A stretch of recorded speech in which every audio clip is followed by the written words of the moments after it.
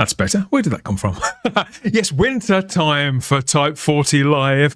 We materialise eventually once more with the live stream Doctor Who magazine show tumbling across your view screen here in real time on Rumble, X, YouTube and on Facebook too. All in front of a live chat full of fellow friends, fans and companions just like you. All in celebration, of course, of a sci-fi and fantasy TV legend, 61 years and nearly a week old now, Doctor Who. All these Doctors, companions and monsters. All those logos, all those title sequences that have kick-started so many mostly Saturday tea times, haven't they, throughout the generations. We're bringing down the hammer on some of that and looking to the future for better or worse. Oh, no, we're not. Oh, yes. Oh, yes, we are. Here on Type 40 Live.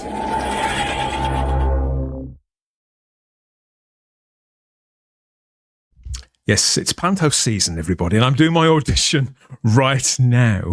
Welcome to the show. Welcome back to Type 40 Live, whether you're on X, YouTube, Rumble, or on Facebook in the Type 40 Facebook group. Hello in the Facebook group. Hit that little blue link. You know the dance by now, because if you don't, then Facebook can't tell StreamYard who you are, and StreamYard can't tell us, and we won't get on first name terms, will we, when you join us in the comments here for Type 40 Live. We've got so much Doctor Who to talk about, believe it or not. Just when things were looking quite quiet, I think they're springing into life, aren't they? It's a bit parky out there, hence the headgear, because it's quite parky in here too. But we're going to do our best to sort of warm up very, very gradually. The heating is up, but are the cold shoulders still very much in evidence? We'll find out, won't we? I mean, it's blimey, oh. I'm not going to be able to do much with that, am I? I don't know what's happened here. Charlotte, have you ever seen this before? What's going on? What's going on? I think the Doctor's forgot to put central heating on. Look, yeah. I can't see where everything is and where I'm supposed to get my hands. It's never a good feeling. Hello, John, in the chat. Yeah. Welcome back, Charlotte. How's your week been? Good. Last week I was watching Gladiators, so that was what I was watching in cinema. And this week, as we were chatting beforehand, I've been listening to Wicked soundtrack. So it's sort of both ends. Oh, right. You've gone from one extreme to another, because you are very much a musicals person, aren't you? Quite into that kind of world. I think kids of original Disney, like classic Disney, got me into songs and dancing. And so now I do like a good old-fashioned musical. So I've been having fun bopping along to Dancing Through Life and all, Defying Gravity and all that. So if you love a good old-fashioned musical, you must have adored the church on Ruby Road when the Doctor and Ruby were dancing with those goblins there. I didn't mind it. It wasn't, like I said at the time, the song I thought was going to absolutely grate on me, if I'm being honest. But for what it was harmless and it was a bit of fun. But I understand why for some people that was like, what on earth has Doctor Who become moment. Speaking of musicals, obviously the one that this reminds me most of is Frozen. Yeah, it's looking. Oh no, it's all over the floor. All over the floor as well. I think we need a hand, don't we? A hand or two to get rid of all of this, and then we can find out exactly what's going on. I've got just the stout fellow who can make short work of this. We need John Jordan. He's the only one, I think, that can possibly remedy our situation and get this old girl working again. Hi, John. Hi, all. How are we doing? We all right? Yeah. Not too bad, not too bad. But you look like a good guy to have in your corner when a snow shovel needs to be broken out. Yeah. Well, exactly. Now, I'm. What are you hinting about, John, by that comment? Yeah. Biceps. Basically, he's trying to imply that I'm hyper buff. That's what he's trying to say. So he's right. He is right. You know, I'm Dorset muscle. You know. So yeah, but that looks like a meringue, doesn't it? That it's great. Yeah, lovely. Or like, do you know, like kids shows, or when you used to get Saturday morning kids shows? Yeah. And it used to just by the end be covered in all sorts. Yeah, exactly. Yeah. That looks like me after a phone party in the 90s. That does. And it's some nightclub at 1 a.m. Yeah. They're like cleaning up, and they just find me flat out, my body underneath all the foam on the floor. You see, what it reminds me of, and I think this could be me showing my age, is most episodes of Rent-A-Ghost, Anthony, where the conclusion would usually involve somebody, for one reason or another, breaking open a fire extinguisher. What do you think? I would absolutely agree. This is like something out of Tiswas, isn't it? It's like, the TARDIS has been gunged. It's how I felt most of the week, to be fair, Dan. Cold, frozen, and a little bit old looking, to be fair. But welcome back. Good to have you back. It's lovely to be back. By the TARDIS, by some roundels. Yeah, from the depths of the TARDIS. Indeed. Yeah, look, it does look like you're on a street corner near Totter's Lane in the early 60s. I'm glad you said street corner in Totter's Lane, right? Rather than any old street corner. Not round the back of Rackham's, no. yeah, of a Thursday night. I'm happy to be here. Yeah, that picture just looks like how I felt all week. Cold and frozen. I mean, the truth of the matter is, this was part of a proper story in Doctor Who, believe it or not, Charlotte. Was it the Dream Lord story? I'm trying to remember what it's called. The Dream Lord. Well, it's about the Dream Lord. I mean, somebody was definitely asleep. Yeah, the Doctor, the 11th Doctor. He's looked better, bless him. Looks like Amy's Choice. That's it. It was Amy's Choice. Yay! Amy's Choice. Yes, it was all the work of this little sod.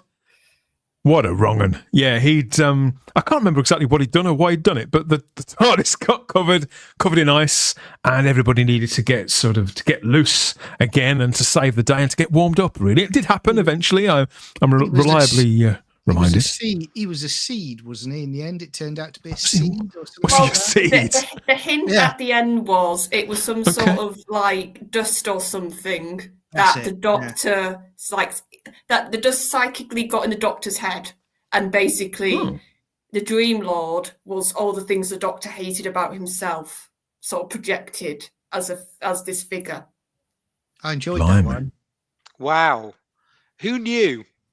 I was going to say, I mean, look, right at the end, and the only hint was, and this is what I thought was quite clever about the episode, there was little lines he said about, how do you think I know these things? And God, who do you think he hates more than anybody?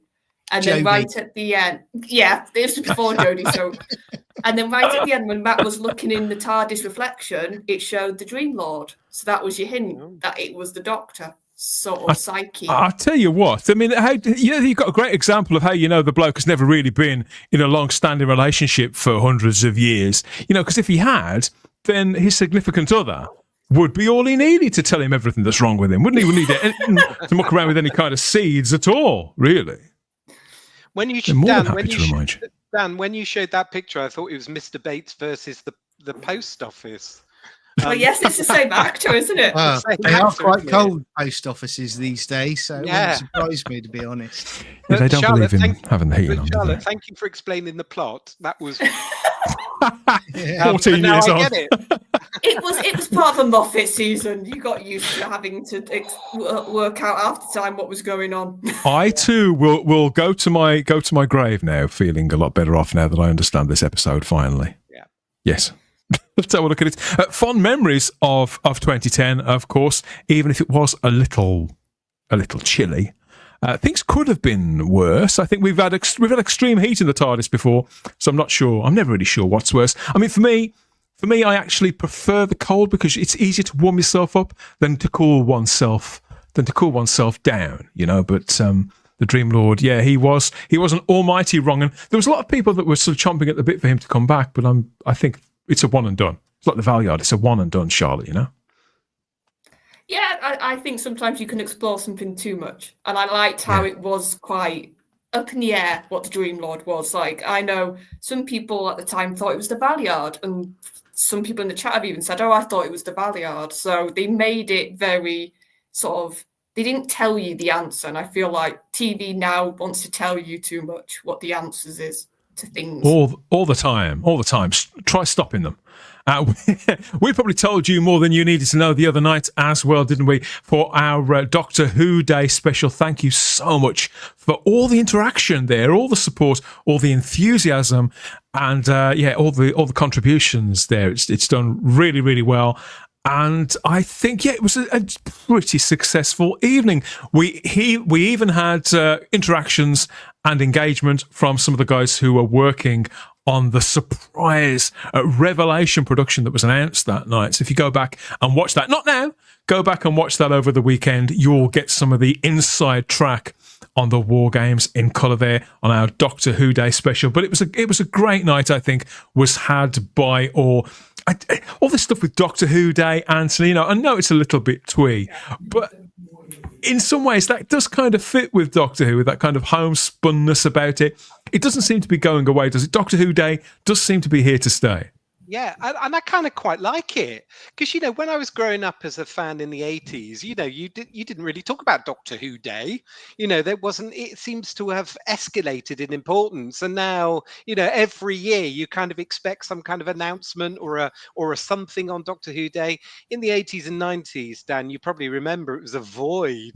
It wasn't really talked about a Doctor Who Day, so I kind of quite like it. And when I watched the show and then heard the announcements, I kind of thought, well, actually, it's quite a good Doctor Who Day. To be fair, I'm much looking forward to a War Games in colour.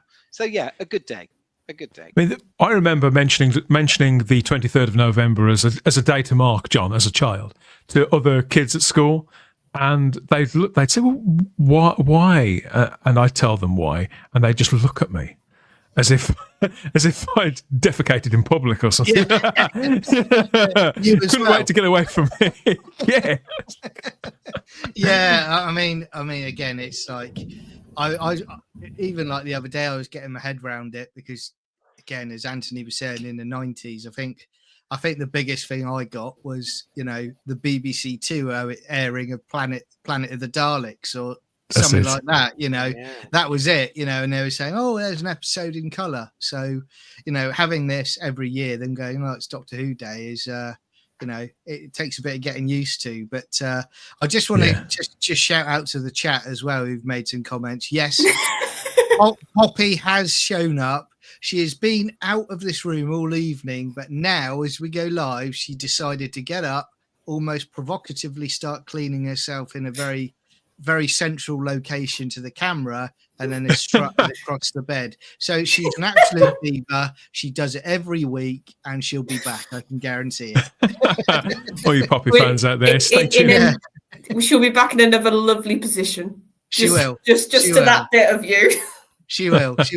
It's a gift that keeps on giving, really. It really is. Well, talking about the gift that keeps on giving, I think blink and it'll be Doctor Who Day again before we know it. And it's the same with the passing of the year. Really, we're within weeks of closing the door on 2024. Time flies, doesn't it? And you've got the Doctor Who annual, the official annual for 2025 has been available for a little while now. So this obviously adds to the long list, the long legacy of Doctor Who hardbacks that comes out every year. I think they haven't missed a year, certainly since the show's been back. So I saw this and I haven't bought it. I might do, but I haven't bought it. Haven't added this to the collection. But I noticed on Amazon the other day, just where I'm getting used to the idea that 2025's on the way, Amazon put up for pre-order the 2026 annual. I mean, this is just taking the piss. It says here, published on the 21st of August 2025, the second official annual of the brand new era of Doctor Who is a must-have companion to the latest adventures of Ncuti Gatwa as the Doctor, from the latest terrifying monsters to the friends helping to save the day. The book is packed with facts, quizzes and games. So jump on board the TARDIS and step into a whole new adventure. At $9.99 at present, not published for another few. But I think, what? Again, Anthony, what? Is this my age? Is this completely unnecessary. Well, Dan, I was going to jump in straight away. I'd wait a bit. I would wait a few months for that $9.99 to drop down in price, because I'm sure somebody said on X this week that they caught it in a Black Friday sale on Amazon, and it was like £2.50. So I would certainly wait for the price to drop. Dan, I'm caught up in this nonsense. I've got all the other Doctor Who annuals, so I have to have this one. So it did catch me again. Yeah. Oh, beautifully done, Dan. Look at that. That's kind of the story of my annual collecting and everybody else's, I guess. But look at those. They look superb, don't they? My eyes are immediately drawn to the first 5 or 6 at least, for the color of those. That the artwork is amazing, isn't it? So yes, I did buy the 2025 one. I wished I'd waited till Black Friday, because I would have got it for £2.50. But I can't believe they're trying to sell the 2026 annual in 2025 already. Who knew? It is a strange world we live in Charlotte. I wonder, I think, well, is it just the fact that I'm getting older and momentum, the sort of pace of life is getting faster? And they do say that time moves faster as you get older. But no, I think that putting out a 2026 annual in 2024 for pre-order is a bit much. Yeah, I think it is, because I feel like they're always ahead, but that feels especially ahead, even to me. Yes. I thought you probably would start to see this in like January, February of 2025, maybe, as like a pre-order. No cover artwork yet, John. Who knows what delights are going to meet our eyes come, say, April. Well, I shudder to see what's inside it, to be honest with you. You get to the middle page and he's doing some death drops or twerking, more than likely. Yeah, I think it's funny. I seem to have stopped in collecting in 2018. I don't know why. I don't know what made me stop at 2018. I've no idea. It's a funny one, isn't it? Yeah, it broke a lot of habits around that time. I think the last one I bought was 2020. Again, kind of like Anthony was saying there, because I got it for, I think it was £1.49. That was off Amazon. But the last, so I'm now 1, 2, 3, 4, 5 annuals behind, despite having all of the others, with the exception of the famous big pink one, and the I haven't got the second Hartnell one either, but I do own all the others. I mean, the second Davison one, that one is that's special for me, because that's the very first one that I got as a kid. Oh, the one with the sort of blobby effect around exactly, the 1983 cast. Yeah, so it's great. And then, that was it going forward. I adored that. I never left my side as a kid. So happy memories. So many happy memories. I do hope that the current generation may remember this tenure and this set of annuals fondly. I hope. Yeah. I've just noticed that they've moved from the diamond logo to the one tier logo on the latest one, which I think is a nice touch. I do like that version of the logo. I'd like to see it in more places. But yes, so that's the 2025 annual. The 2026 annual is up for pre-order if you feel so inclined. Another long-term sort of mainstay for Doctor Who fans at Christmas, of course, aside from the annual, is the Radio Times. That august organ, at one time just devoted to BBC coverage, BBC programming. Now, of course, for the last 30 years, it's encompassed everything, hasn't it? And since it changed hands from the BBC itself to Immediate Media, they're the current owners, it's got a lot less essential, and their attempts to sort of milk Doctor Who fans for every spare quid they could get, that broke another habit with me, I have to say, John. But this is how we know we're getting closer to a Doctor Who special coming, because it started to appear on covers again. So this is this week's cover that takes readers into early December. And there's the cast of Gavin and Stacey there, otherwise known as the bloke from Closing Time, and the lodger, and the girl from Day of the Doctor, and the big chick who was in an episode of Torchwood, and another bloke who would probably make quite a good Doctor, actually, Matthew Horn. So they're all on there. And Doctor Who, you think at one time it would have been mentioned quite prominently. It's the very last thing on the list there. And Doctor Who.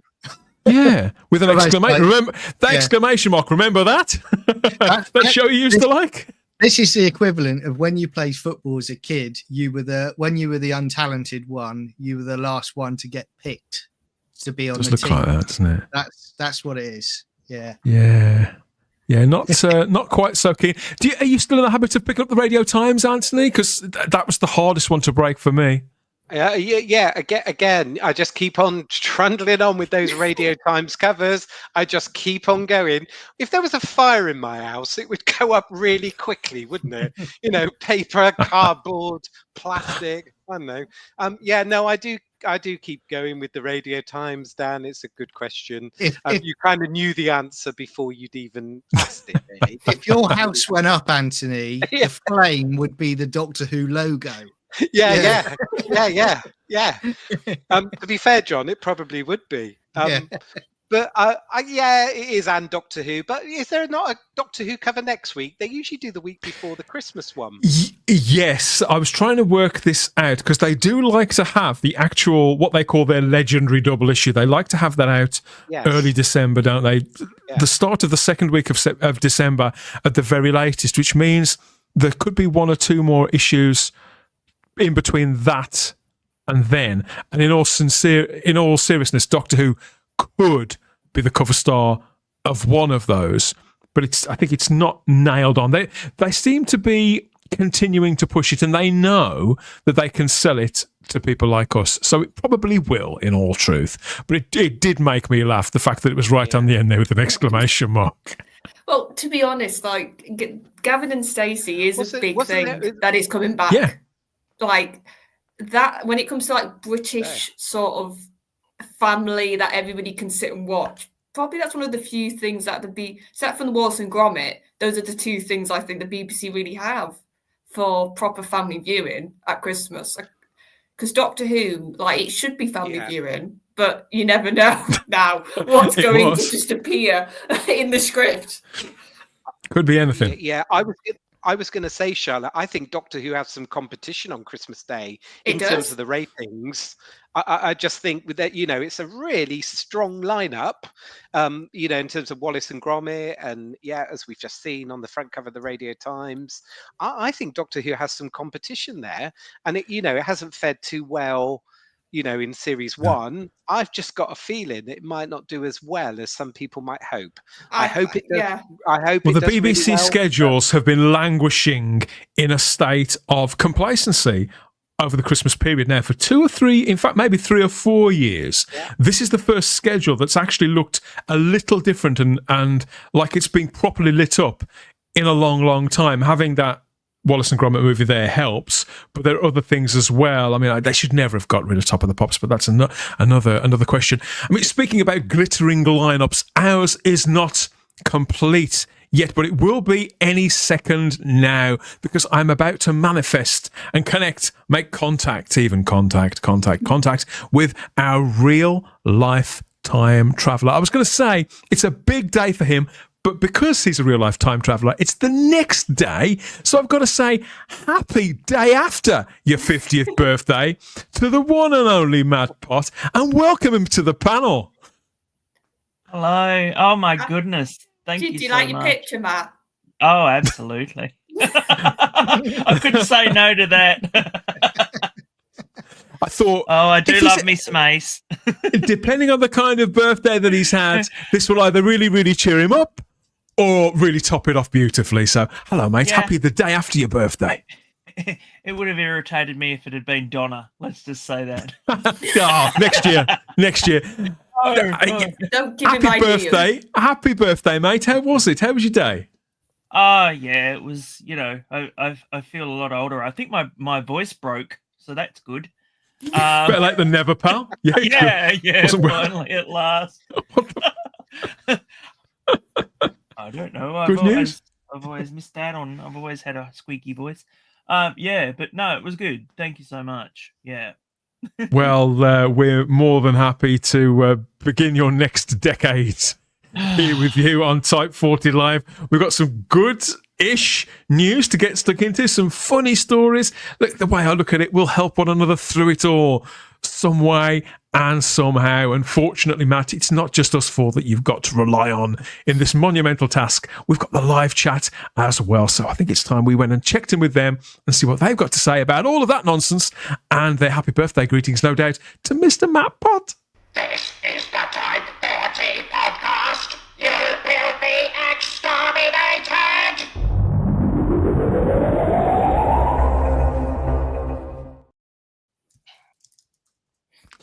Hello, everybody out there across YouTube, Rumble, Facebook, and on X2. We've got lots of comments, which is always nice to see. Let's work our way back, and see what we can decipher. 2 orange, says Lee Smith. Really? The lighting, is it? I don't know. Oh, they could be talking about the annual cover to the new annual. I thought he was talking about a certain new president. It does look like it could be the front cover to a book, to a tie-in book to do with Terry's chocolate oranges, doesn't it? Now he's said that. Yeah. Thank you for you're not looking that. forward to opening the wrapper, though, are you? Like you are with Terry's chocolate orange. Yeah, but maybe you're looking forward to when you have to bash it. Take a hammer. or use it for opening a chocolate orange. Yeah. Oh God! Simon Ashley's with us with an evening all, as is Woodhouse 122. We've got lots more comments too from people like Lord Thoth, who's just breezed in with an icon of sorts. We've got Hales and we've got howdies, all that kind of thing. Hello from you, Charlotte. Thank you. And we have yes, there's a hail. I knew we'd have a hail from Lord Thoth, and a hello all from Jonathan Cox too. Scrolling our way through, we can see people making themselves comfortable. And we've got Lee Smith says touch tinsel and turkey on Christmas Day. I say, just touch them. Don't eat the tinsel, and put turkey all over your Christmas tree. That would be bizarre, wouldn't it? The cat would probably like it. They'd probably love that Christmas. Yeah, makes sense. We've got Tom from T Dwarf Productions in, and he's making a model now of a Cyberman and a Yeti. I've put plenty of hair on that Yeti, for heaven's sake. It's bloody cold. No more, says Michael Q. No more. We've barely started, Michael. You've come to the wrong place if you don't want any more. No more Clara. He says, oh dear. That's very specific. Who else is here? Nicholas Horton's in as well. Hi, Nicholas. Hello, Nicholas. Hi to the I thought it said the wenches and the chat. There's another Black Country expression. This is wrenches. PB Props is in too as well. Peanut Butter Props says, evening all. Hello, mate. Good to see you there. Peanut. And we've got Cybermat Strikes with hey, everyone. And we've got howdy from Richard Brooks. Thank you, Richard. Howdy. And Tom is planning to do a monster model Christmas picture this year. Does that mean the picture's going to be of monsters, or the picture itself will be a monster? Or both? Probably both. Yeah, let us know. We need to know the specifics exactly. It's Grinch season, says Lee Smith. Speak for yourself, Lee. I still love Christmas. I do. I'm making Domgo feel cold, though. That's probably with my woolly hat on. Sorry about that, Dombo. Domgo. Right, third time. How long have I been doing this again? Better than saying donger. We have, what else is this? It's so cold outside, says Tom, I feel like I'm sleeping in the cyber tomb, Anthony. Cold. I'm still getting over camping in that. I'm still getting over, Dan, your picture saying happy birthday, Matt. When the picture flashed up, I thought that was Matt in rubber or leather, and I did a double take, and then I realised it was Sophie Aldred. I do apologise, Matt. It's stunned me. Okay. I do like Sophie Aldred, and I don't have boobs, but that's fine. It's not anymore anyway. Silence. Yes, it's it was custom made. That was. So I'm glad he's shown up. I'm glad he's surfaced. I was going to come in. I know how that TARDIS console feels, says Lee Smith. There are lots of complaining about the cold here, so it's not just me.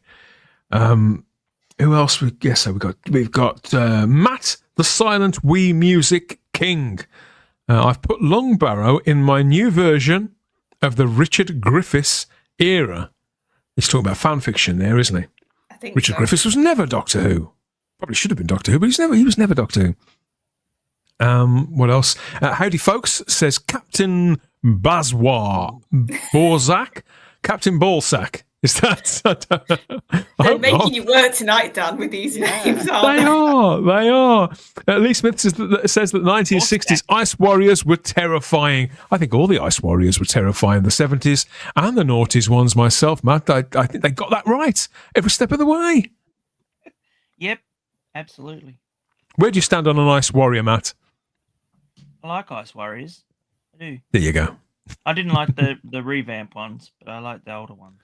When they started walking around outside of their armour and things. Oh, when they slithered around their armour. Yeah, I like that. The Dream Lord is an aspect of the Valyard, cautions Richard Brooks. Charlotte, just like you were saying. That was over a debate. Like, there was a proper thing of, is it Valyard? Is it Doctor? Is it something else? And the birthday greetings are rolling in for our very own Matt Potter there. One from Darren Bradley with a balloon and a cake. Got all that trouble of blowing that up himself. Look, how about that? Thank you so much, Darren. He's touched, he's moved to silence. PB Props says there's a Doctor Who day now. Yeah, there is. We've got Mosh is in too. Good to see you, Mosh. And we've got Wendology in there too from the Department of Wendology there, our Wendy. Love the cat Jinx behind you. We've got a tuxedo boy here, she says. Is that a bit like a lazy boy, a tuxedo? Shows what I know, doesn't it? Shows what I know. Easy Charlotte, says Lee Smith. What's she doing? I don't know what I was doing there. There you go. And lots and lots of that kind of thing. Martin McKnife says 64 pages. Is that it? You're talking about the annual, aren't you? I think most annuals do rock in at about 60 to 70 pages at best now, which is very sparse. I think it's about my life story, actually. I think it's about six. I think it probably is worth 64 pages. Probably worth about that £2.50 that you were talking about, Anthony. But it's not worth the £9.99, is it? Yeah, I don't think it is, Dan, to be fair. Although I have to say, I love your montage of those Target books, which you've got there. Looking at some of those old 70s ones as well. I was just talking about the 60s ones, but looking at those 70s covers, they speak Doctor Who. That annual 75, that's worth its 64 pages. Blimmin' egg. Yeah. Look at the cover on the front of that. It's great. Some of those are chunky boys, aren't they? Richard Brooks says, I am the happy owner of all the classic annuals. It was therapeutic tracking them down on eBay. My winter is going to be great reading them. Well done, Richard. Actually reads them as well. My God. Yeah, I just look at them. Just look at the cover. I will be 30 years old soon in 2026, says Michael Keith. Don't wish your life away, Michael. You enjoy the last couple of years of your 20s, mate. Actually, your 30s is better, to be fair. Yeah, I think 30s is better. Yeah. Domgo says the Waterstones round my way has dumped it somewhere where it can't be seen anymore. My local Waterstones doesn't stock any annuals of any kind now, with the exception of the Bruins one, the thing from Scotland they put out every year. It's very collectible. PD love. There's PD Rich in the live chat. The Peter Venkman fan site is here too, and with more pearls of wisdom, no doubt. Darren Bradley says, I miss the days where you could walk into WH Smith's to be greeted by two colourful, shiny pallets stacked high with a plethora of annuals. You just don't see that anymore. Waterstones did hang on in there for quite a time, and the supermarkets got in on it for a while too. But now those days are long behind us, Anthony. It seems to be like Amazon or bust. Yeah, absolutely. And you used to walk in towards WH Smith's and it would be 3 for 2 on annuals, so you could bulk buy the Doctor Who annual for the 3 for the price of 2. It was great. Yeah. Well, I do think that they may be missing a trick, because obviously kids, younger people, perhaps aren't interested in annuals apart from the more puzzle-orientated ones or the ones revolving around sort of Pokemon and Minecraft, where they can fill them in and do bits and bobs. Maybe they should just go for annuals for grown-ups. Maybe do the Gavin and Stacey annual, just things like that. Annuals for stuff. James Gordon eating food on the page or something like that. Yeah. Some of Smithy's recommendations for good off licenses, that kind of thing. Yeah, could be that. Richard, I don't understand that message, but you enjoy yourself, my friend. Why? Robert Brain says, why are they telling us about what will be on at Christmas in a TV mag in a TV listings mag which ends on December the 6th. They just do that. They do that every year, Robert. It's a way of sort of leading people to Christmas. It's a competitive market now, those TV guides, because every newspaper has a TV guide as well. So they want you to be into the habit of buying their magazine every week as if it's one of the family. And the idea is that they will stay with you and they will guide you about what to watch and what to miss, or what's worth watching live and what you should set Sky Plus for and things like that. It's all part of the marketing. I see why they do that, to tell you the truth. What else have we got? We've got Chris from Black Glove Studio in the live chat as well, and Andrew Parkinson too. Is James Corden more disliked than Russell T Davies? Oh, than RTD2? Oh, absolutely. You talk to anybody in show business, or most people in show business, the people who will talk about it will admit that, James Corden is very, very disliked, generally speaking. Better late than never, everyone, says Noodle Arms, which I think is Noodle Arms' way of telling me to get on with it, Matt. So let's get started. Let's get back to the rest of the news. You bring more comments. That's how it works. And together, we will make it through all of the nonsense and see if we can get to the good stuff and stoke ourselves up a bit more for Christmas on the way. So you went into a phone box with a mobile phone? They phoned me, it was raining, yeah. It was pouring the rain, that's why. So I went there to get so you went into a phone box and you had a mobile? To cry in private. I was hoping it was a TARDIS. Swat. I know, crap.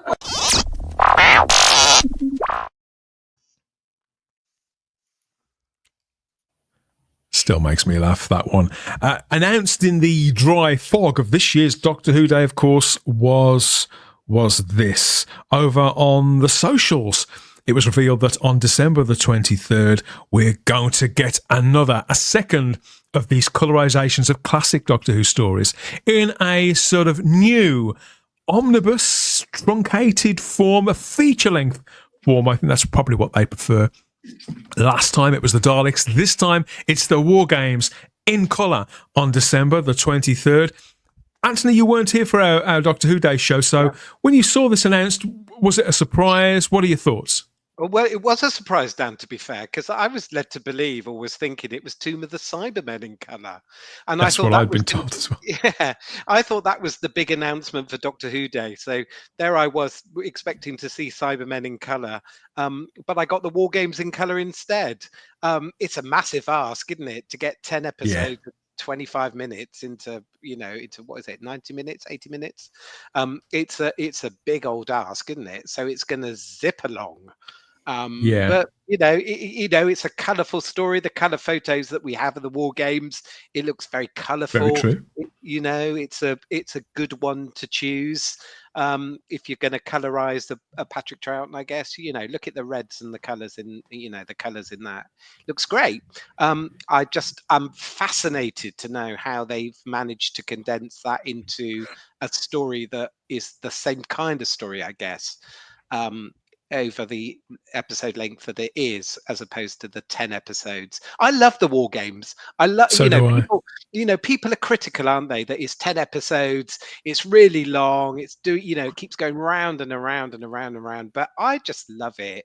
And that's actually what I love about it so much, Anthony, is that you really get a chance to get, I don't know, it sort of wraps you up in its story. Yeah, I would agree. And I don't think it's 10 episodes too long. I think it's great. And it's quite an easy watch. The momentum and the movement and the different time zones and war zones that we see in the War Games. I think it's great. So really good choice, BBC, for colorization. As I say, Dan, I was expecting Tomb of the Cybermen and got this. So it was kind of a nice surprise. Obviously, one doesn't need to be Johnny Ball, though, Anthony, to work out the fact that, as much as we love and I sincerely love every minute of the War Games, it never feels like a chore for me. But obviously 2/3 of it have got to go to get down to this, which seems like unimaginable, really. So much so that I have no idea what to expect from this whatsoever. I mean, I love what I'm seeing so far with the colorization. We're fortunate in the way that there are lots of actual colour photographs that exist of the making of this story. So we know what the sets look like. We know what most of the costumes look like too. But generally speaking, it's how the tale will be told. Was it the momentum of it? Not so much what won't be there, so much as will the beating heart, the essence of that story be there, and that pressing feeling of that the Doctor cannot escape the inevitable. You know, that's really the gift of the war games, I think.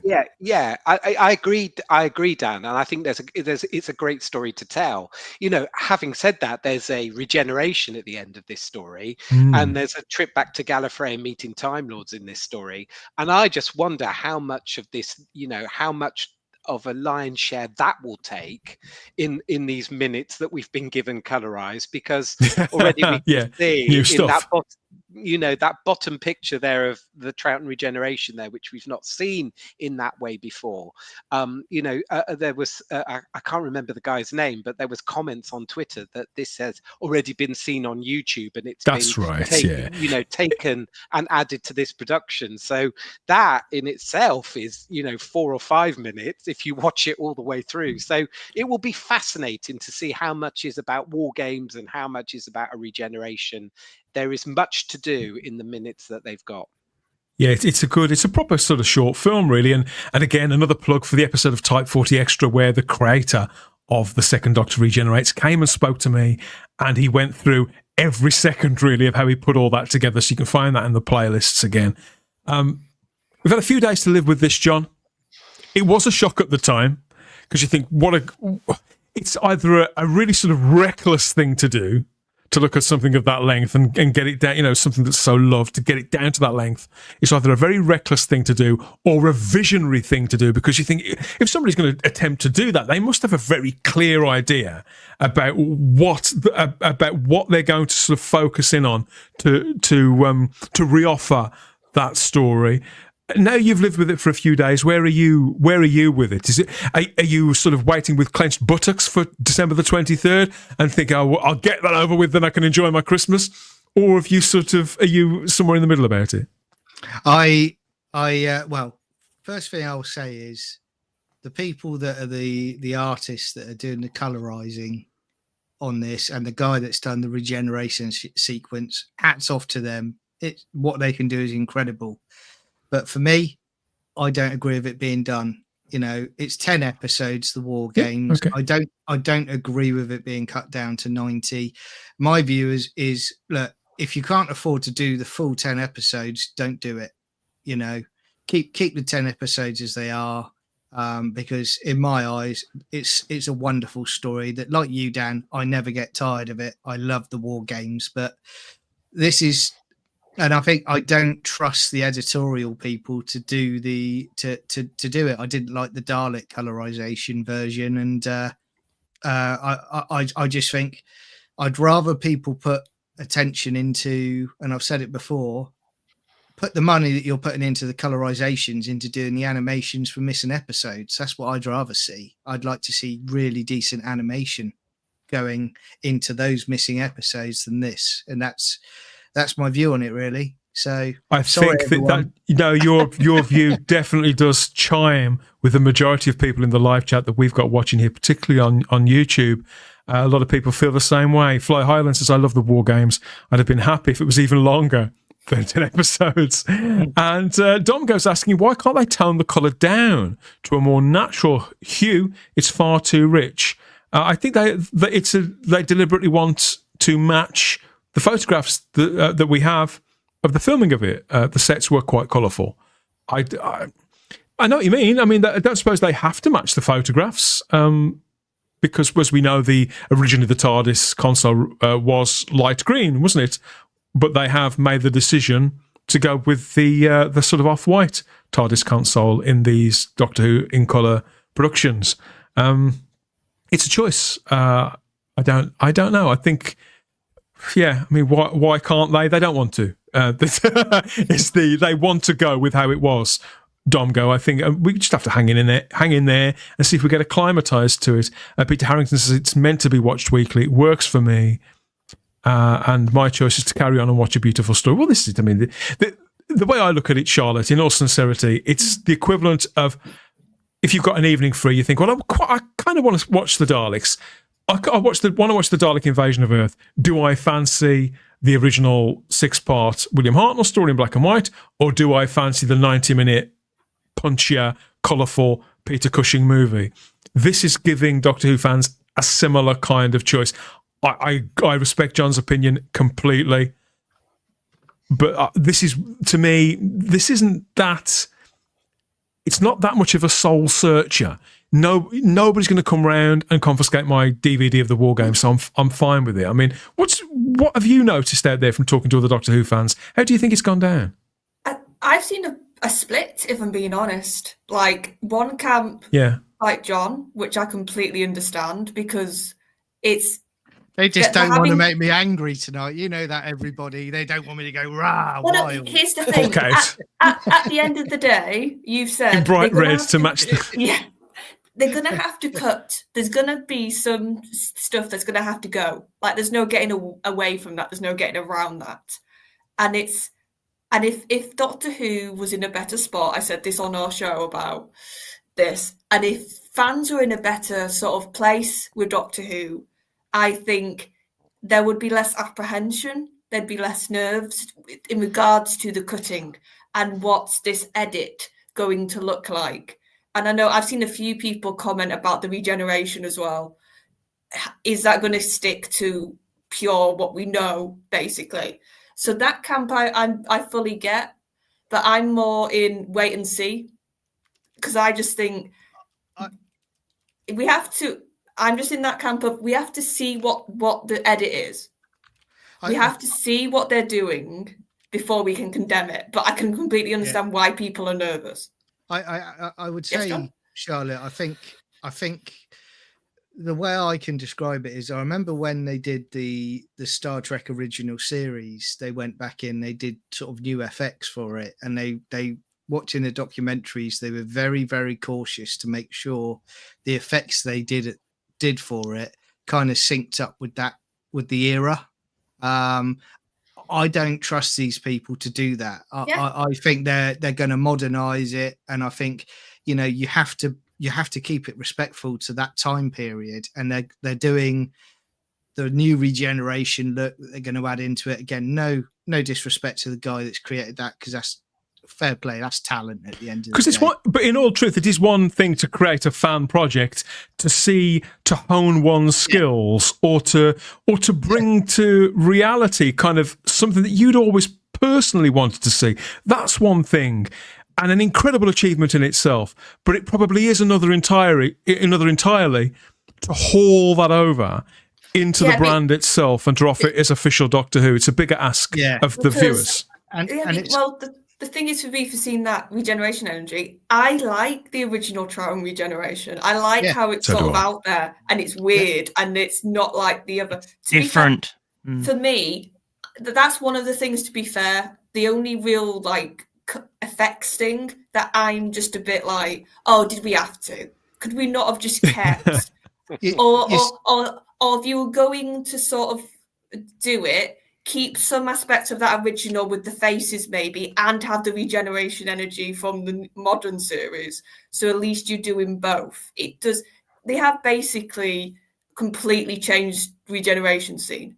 And I think that didn't have to happen in so much of a massive way, to be honest. People are asking in the live chat if this was the driving force behind this decision to choose this story, Matt, because as John said, sort of why this story? It's a big old story. Why this one? Peter Harrington says, do you think it was the regeneration?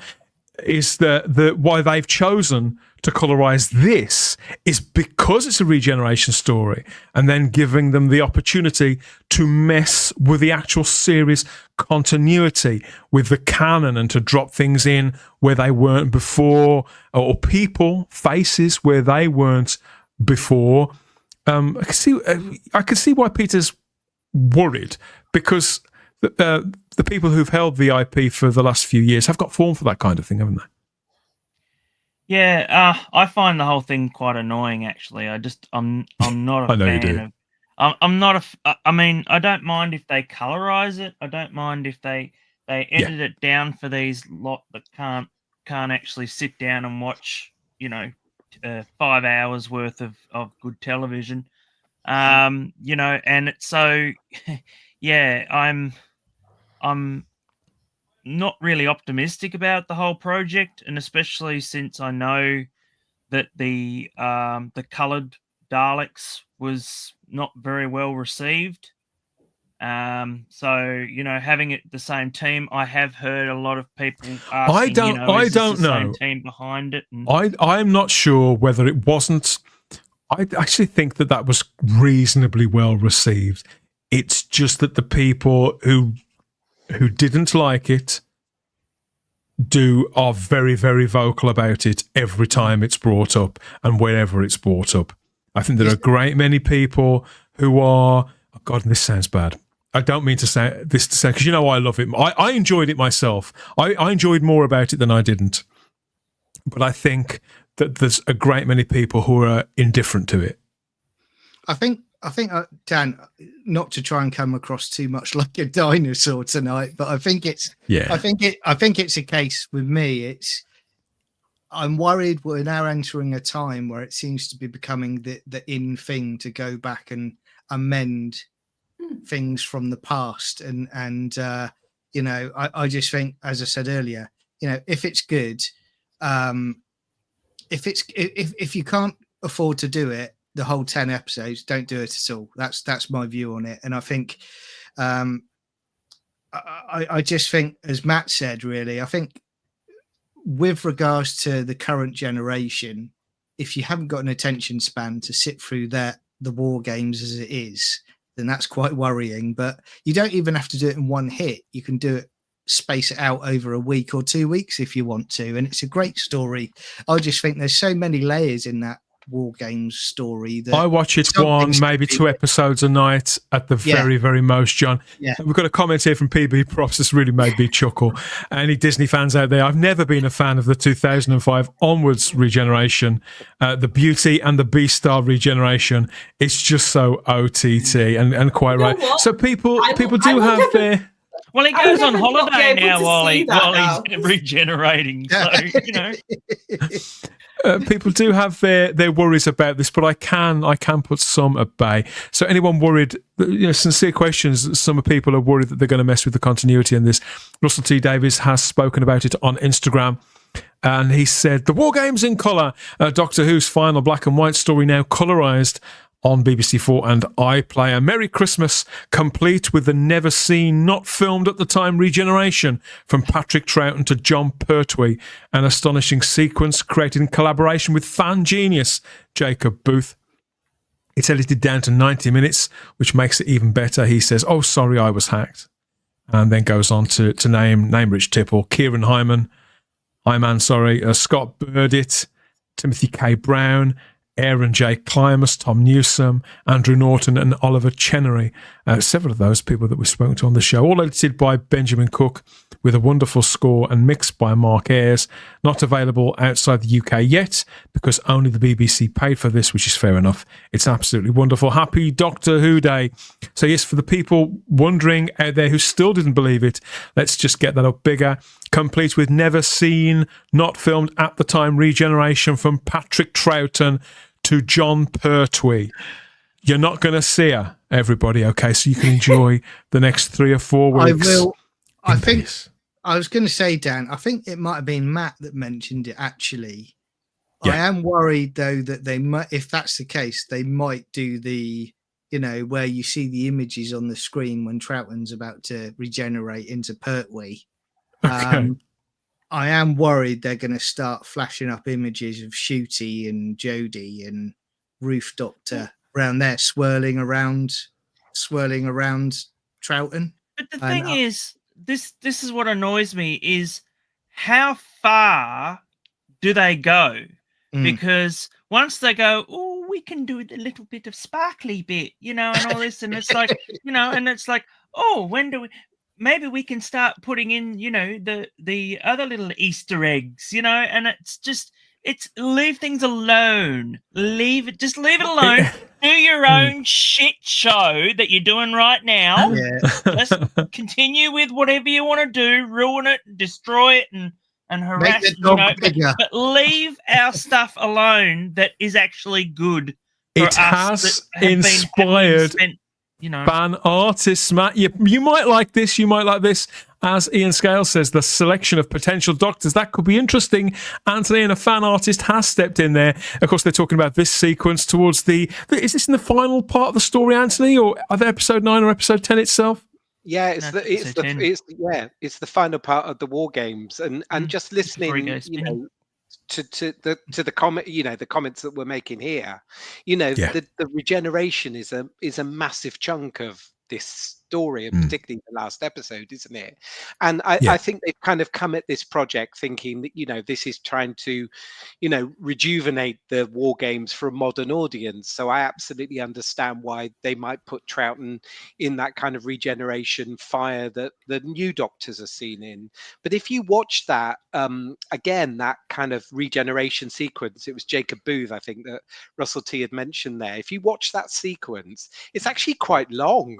So this is biting into it's a mini episode, a minute. Yeah, it's biting into essential colorized war game minutes. So I wonder whether it's going to be a lot about the regeneration, and John's point about, are we going to see the Ruth Doctor and are we going to see Jodie?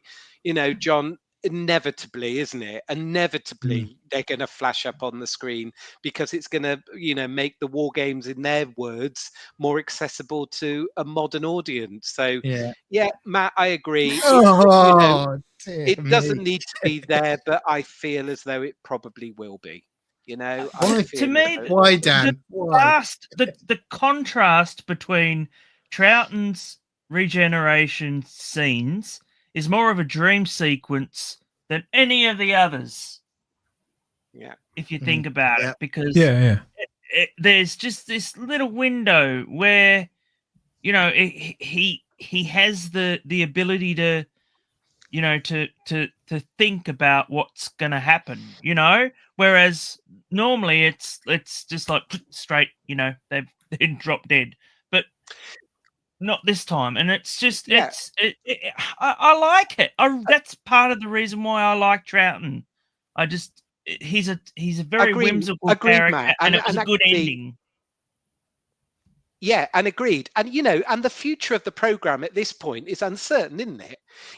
Are they going again? Is it going to, is the Doctor just going to go to Earth? You don't know what he's going to look like. He's heading towards Earth. Like Charlotte said, this kind of sequence is really good, and there's something quite sinister about that. So if the series didn't come back for that 7th year, I often wonder, if, we would be talking about Doctor Who now and wondering who that Doctor was on Earth, because if the series had finished after series 6 and that had been it, the Doctor would have been floating off into space and that would have been it. Gone to Earth, you're going to look like everybody else. I also can't help but think, Dan, that the series 7 Blu-ray box set is going to be imminently released after that, because you can, the person in me saying, and you can watch the further adventures of Doctor Who on the season 7. No, that wouldn't surprise me at all. As Cybermat Strikes here in the live chat said, I bought Daleks in colour on clearance and it was a lot better than first watch. I think that these things, at the time, we watched them. I joke about clenching your buttocks while you watch this stuff. But in all sincerity, as Doctor Who fans, it's understandable that we're precious about this stuff. I don't mean to demean anybody's feelings about this at all, because I feel exactly the same way. But I think that after the Red Mist, a lot of the time when you go back to this stuff, I'm not saying you fall in love with it or anything like that, but sometimes you feel differently about it one way or another. We've got a comment here from Daryl Joyce. This is, the colour looks impressive, but cut down isn't for me. I love the black and white open-ended regeneration. Never liked the post-2005 yellow regeneration energy. Over the years, it's been overused. So Daryl very much agrees with you there, Matt. I've got this comment. That was the most thing I looked forward to, actually. Sorry. That was the most thing I looked forward to. It was like, how is he going to regenerate? Yes. You've got this trauma of of the Doctor dying. But then I was like, oh, but how's he going to change? And so that's how I coped. But this is like, oh, well, it's going to be gold shit again. Cybermat Strikes also mentioned something that we didn't talk about before, but they did say at the time, the colorists did mention, so listening to the colorists on the War Games, they've been going 18 months only on the edited content, meaning it was edited well before feedback on the Daleks in colour. The colorists think it's great. Well, the colorists, they're working very hard and very intensely on this, and I think that this does. Looking at the footage that we've seen so far, it represents a step up, maybe a step or two up. Cybermat, I think we should be fair about that. But they did say last year when the Daleks in Colour premiered, they did say at the time, we are already working on the next one. Yeah, and apparently it was a 10-month period. Sorry, Charlotte. The colorists are different to the editors. So the people that are doing all the colouring, like Richard Tipple and his team, they're not Benjamin Cook, who's got the credit here for the edit. And I think they're very different things. And I think, and I just think that's going to be the crux of it here. They've sort of, I think it on purpose, then Russell's come out in that statement before and said, Troughton to Pertwee, to sort of relay the fears of people a little bit. That's purely why he's come out and said that. And I think he had to, if I'm being perfectly honest, I think there had to be some sort of clarification, but we won't get the ultimate one until we see it. But I do find it interesting that already they're basically saying that. And but then you're saying, I also fully expect then, I didn't realise that people are already doing the fan art. They're going to add modern Doctors somehow. Of course they always do. They can't help themselves. They have to have this weird sort of look. It's modern in classic. I mean, to give Russell his due, he did put this statement out within half an hour of the thing dropping on Doctor Who Day itself, whilst he was off duty, basically. So he didn't know that this was a question people were asking. He just worded it how he worded it. But I think it's helpful. Dan, he knew. I'm sorry, he fully knew that fans were worried, even if he didn't see it. Because until John mentioned it to me last week on Saturday, the thought never entered my mind. I've got to be honest.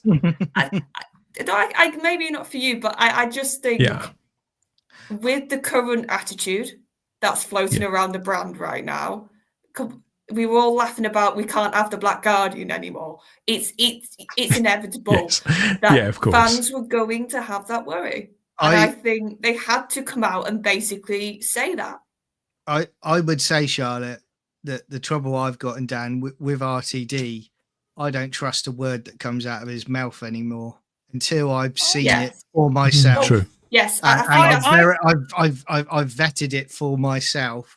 I don't believe a word that guy says, because how many times over the last 2 years has he said stuff and things are going to be the bestest ever, and when it comes to his judgment, yes, he's completely, you can't track him. But it's, for me, that's such a precise wording that it's like, if it doesn't happen now, you can point to that and say, Russell, you lied for your back teeth. There's no sort of debate. And whereas him saying, oh, I've written the best episode ever, you can turn around and say, well, that's your opinion.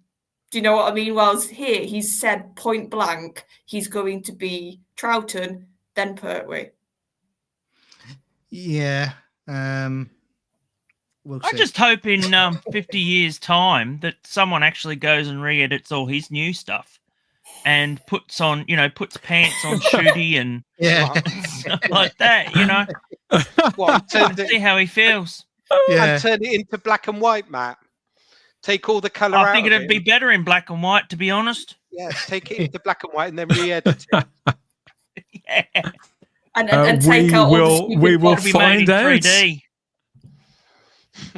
We're going to find out on December the 23rd there with the War Games in colour on BBC4 and on the iPlayer. I don't think this is going to die down very much over the next 3 or 4 weeks. It certainly doesn't sound like it will. So let us know what you think in the live chat. As always, we're all ears. There's lots more comments. People are really nervous about this, and I do, in all sincerity, I do understand why. Of course, I do. It's just as the man says. There are all sorts of unspeakable things out there that must be fought, and complacency is one of them. And we know that the craftsmen working on this, they care about what they're doing. They're just as big a fans as we are.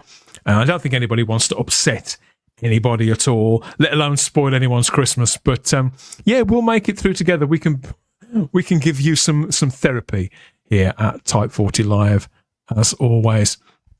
Let's look at some more comments. We have Russell T. Davies saying we'll see Troughton regenerate into Pertwee doesn't mean we won't see Susan Twist as a Roman centurion. Oh God, Anthony, the cynicism. And Lee Smith says, can't the showness from the past time travel and re-edit the current shambles? Don't think they could fix that, to be honest. Good idea from Crimpling Doubloon here. It would make a lot of sense if BBC4 show Spearhead from Space over the Christmas, maybe into the New Year period, Anthony. It could be easily cut into a movie version just by taking out the credits, and it's in HD. That's not a bad idea at all. Crimpling's right on that. I was going to say it a few minutes ago. Sometimes I kind of feel like the Doctor Who brand, it's kind of like a zombie brand or IP, because they don't seem to join up ideas. It's kind of like you say, we'll throw this out and then you'd think, well, we could put the next story on after and that would be a great hit. But there's so many things I've found over the last 2 years where it's just disjointed. It doesn't line up properly with their production team and what they do. So, get Crimpling sorting it out, because he clearly has his head on his shoulders, knowing what it's about. Good lad. I like it. Yeah, I think that could work. And yeah, why not exploit that too? It's the perfect story to do it with Spearhead from Space, not just because of the quality of the material already, but because it has a momentum to it, which I think would fit quite nicely with kind of modern appetites, Anthony. It's very, very fast paced. Yeah. Something that I really like about Spearhead from Space is the opening shot of the TARDIS, and Pertwee just falling out, and you can't see his face, and and you're wondering who that person is. It's just great, isn't it? So an idea of a movie version of Spearhead from Space cut down from the credits would be great, wouldn't it? I can't see it happening. I just feel the next time we'll see Spearhead from Space in HD will be in the Blu-ray box set, and I feel as though that's incoming. I don't know it's incoming, but I just feel as though that's probably where we're going next. So perhaps there is some thinking there between the Blu-ray box set and this. John, I doubt it, but that's kind of my thought. Yeah. What do they call it? Some synergy, brand synergy. That's what we want, isn't it? Tony has a question. Creatively, why are they colorizing this story? Because they want to. I think I don't know whether they saw what Jacob had done and that was a catalyst for them doing this. It seems not. But it might be the case. I don't know. Maybe we'll find out in time, because when these things make their way to DVD and Blu-ray, then we do tend to get answers on some of these questions, where the creative process started from and why. I mean, it could be that they're working on 2 or 3 different things for all we know. And there's only so much that they can say. As much as we want to know all this stuff, Anthony, we're not entitled to know it, are we? We can't be told everything all at once. Yeah, agreed, Dan. And I mean, to be fair, there are numerous versions of the war games in print. For example, the Target novelization by Terrance Dicks. I mean, that's significantly cut down. That novelization skips along, and yet you can still tell a story. I'm not in defense of this project, but I'm just curious to know, how you managed to get, as I said earlier, how you managed to get that much screen time into so little screen time almost. The Target book did it. It skips along quite happily. Whether this one will or not, I don't know. Dan, what you said at the beginning, I think is really fair comment. You can either watch the Daleks in color, all 7 episodes of it in black and white, and enjoy that, or you've got a choice to be able to watch the color one. I've made my choice, and I suspect, I suspect John's made his choice. Charlotte's made it. I just know that that choice has been made, but there is a choice there. I wasn't particularly a fan of the Daleks in color. I thought it was noisy, for one. And it skips along at a speed which I don't recognize. It wasn't perhaps for me, but you do have that choice, Dan, and I think that's a really fair comment. I think that's really fair. I know what a good friend of mine would say about all of this. Yeah, good luck. Yes. Everybody, we're getting what we get when we're getting it. Hang on in there with us here at Type 40 Live, and we'll help you through whatever the weather. Happy Thanksgiving, of course, to everybody in the States. We've got a lot of people who watch the show regularly and interact who are in America. And yeah, happy Thanksgiving. Hope you're having a brilliant time with your friends and your family. Speaking of a brilliant time, let's slip off and, well, you know what time it is. And, oh, sorry, mate. Bloody hell. Oh, don't disturb you. Sorry about that. Yes, so it is that time in the show where we shoot off for a bit of therapy off in the past with faces and voices from Doctor Who's long esteemed legacy. Those reliable Doctor Who legends there selling us bits of old tat in telly times past here with the Type 40 Live Doctor Who ad break. We'll be back with more in a couple of minutes. You enjoy the ads.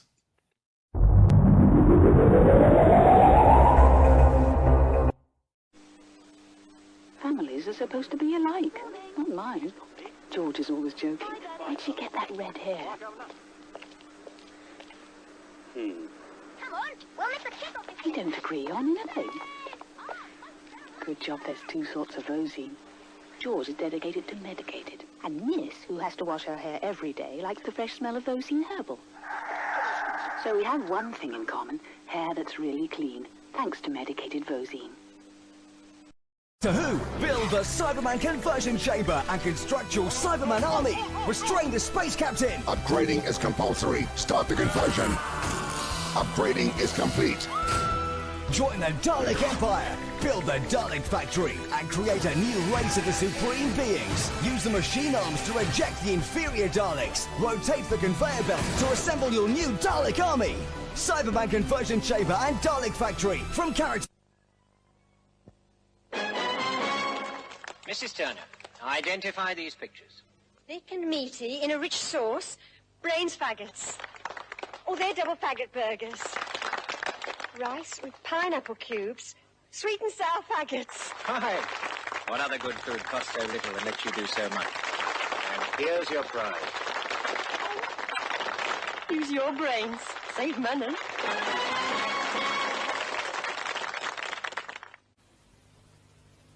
Dad? How many arches has the 4th bridge got? I don't know. You'll have to look it up. Hey, Liz, what's our postcode? You'll have to look it up, love, in the Thompson local directory. Please use your postcode. Then the letters you get back will be properly addressed. Make a note of it, Dad.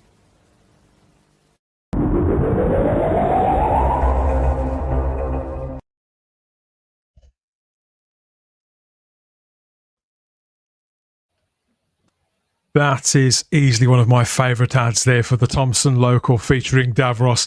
Absolutely wonderful, wonderful stuff. Okay, we're back. We're back with with the panel here for Type 40 Live, covering the past, the present, and the future of Doctor Who, both on and off screen. We're still helping people through the War Games in colour news here. Are you receiving us? Are you receiving us? I love this picture of Ian Marter and Elizabeth Sladen there at a convention at some point. I think that would have been. It looks like I'd say that's the early to mid 80s.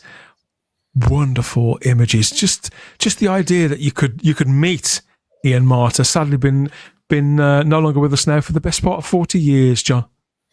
Very, very sad. He's someone that I really would have loved to have met. I loved him as Harry in the show, and obviously moving on to the Target novels, there'd be so much that I'd want to talk to him about.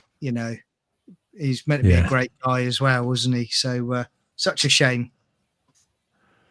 So young. And I'm looking at Elizabeth Sladen's trousers. Not only do they look sprayed on, Anthony, but it's a very interesting colour, that kind of burgundy. Yeah, that's a great photo. John, I was lucky enough to meet Ian Marter at one convention. I only ever saw him once. He was at the same convention as Graham Williams, so it was like, and Dennis Spooner. So it's like a roll call of people that are sadly no longer with us. And he was so good with Doctor Who fans. He was so calm and gentle and wanted to give them all of his time. He was a great Doctor Who guest at conventions. Sadly, I only ever saw him once. I suppose that was the early days of kind of organised. Obviously, the first conventions were the mid to late 70s. So it had been going a fair while at that point, but it was still in a rudimentary form compared to how it is now, how industrial it all is now, Anthony. So yes, yeah. I suppose a lot of these actors, they must have been feeling their way, because most of the jobs that they'd done would not command that kind of level of adoration.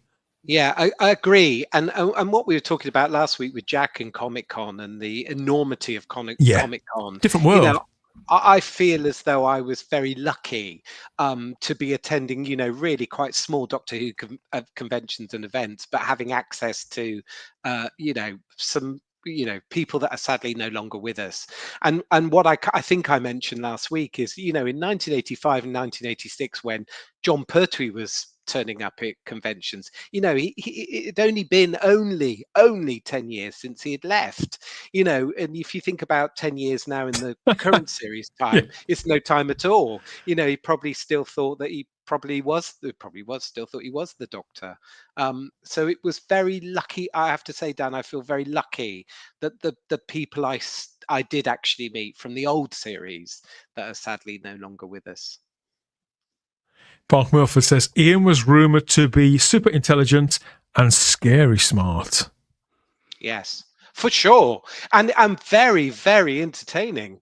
Him and Nick Courtney, you see photographs of the two of them at Doctor Who events through the 80s. And, they were good pals.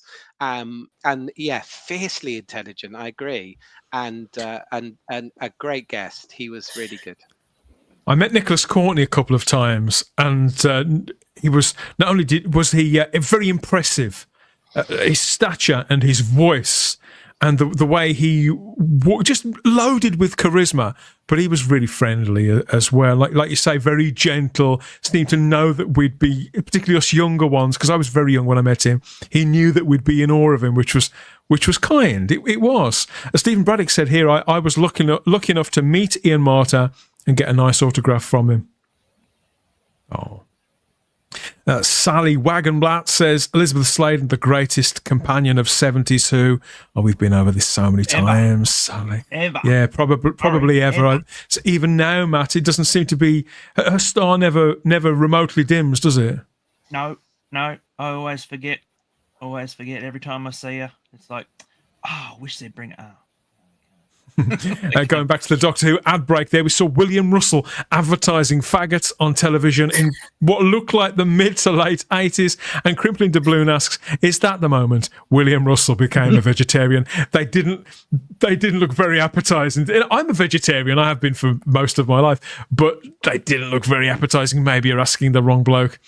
I don't know. A tree, don't they? They hang off a tree, don't they? I don't know. Faggots, who knows? Instagram and X at Type40 Doctor Who. Are there such things? Are we let us know. Let us know. Christmas?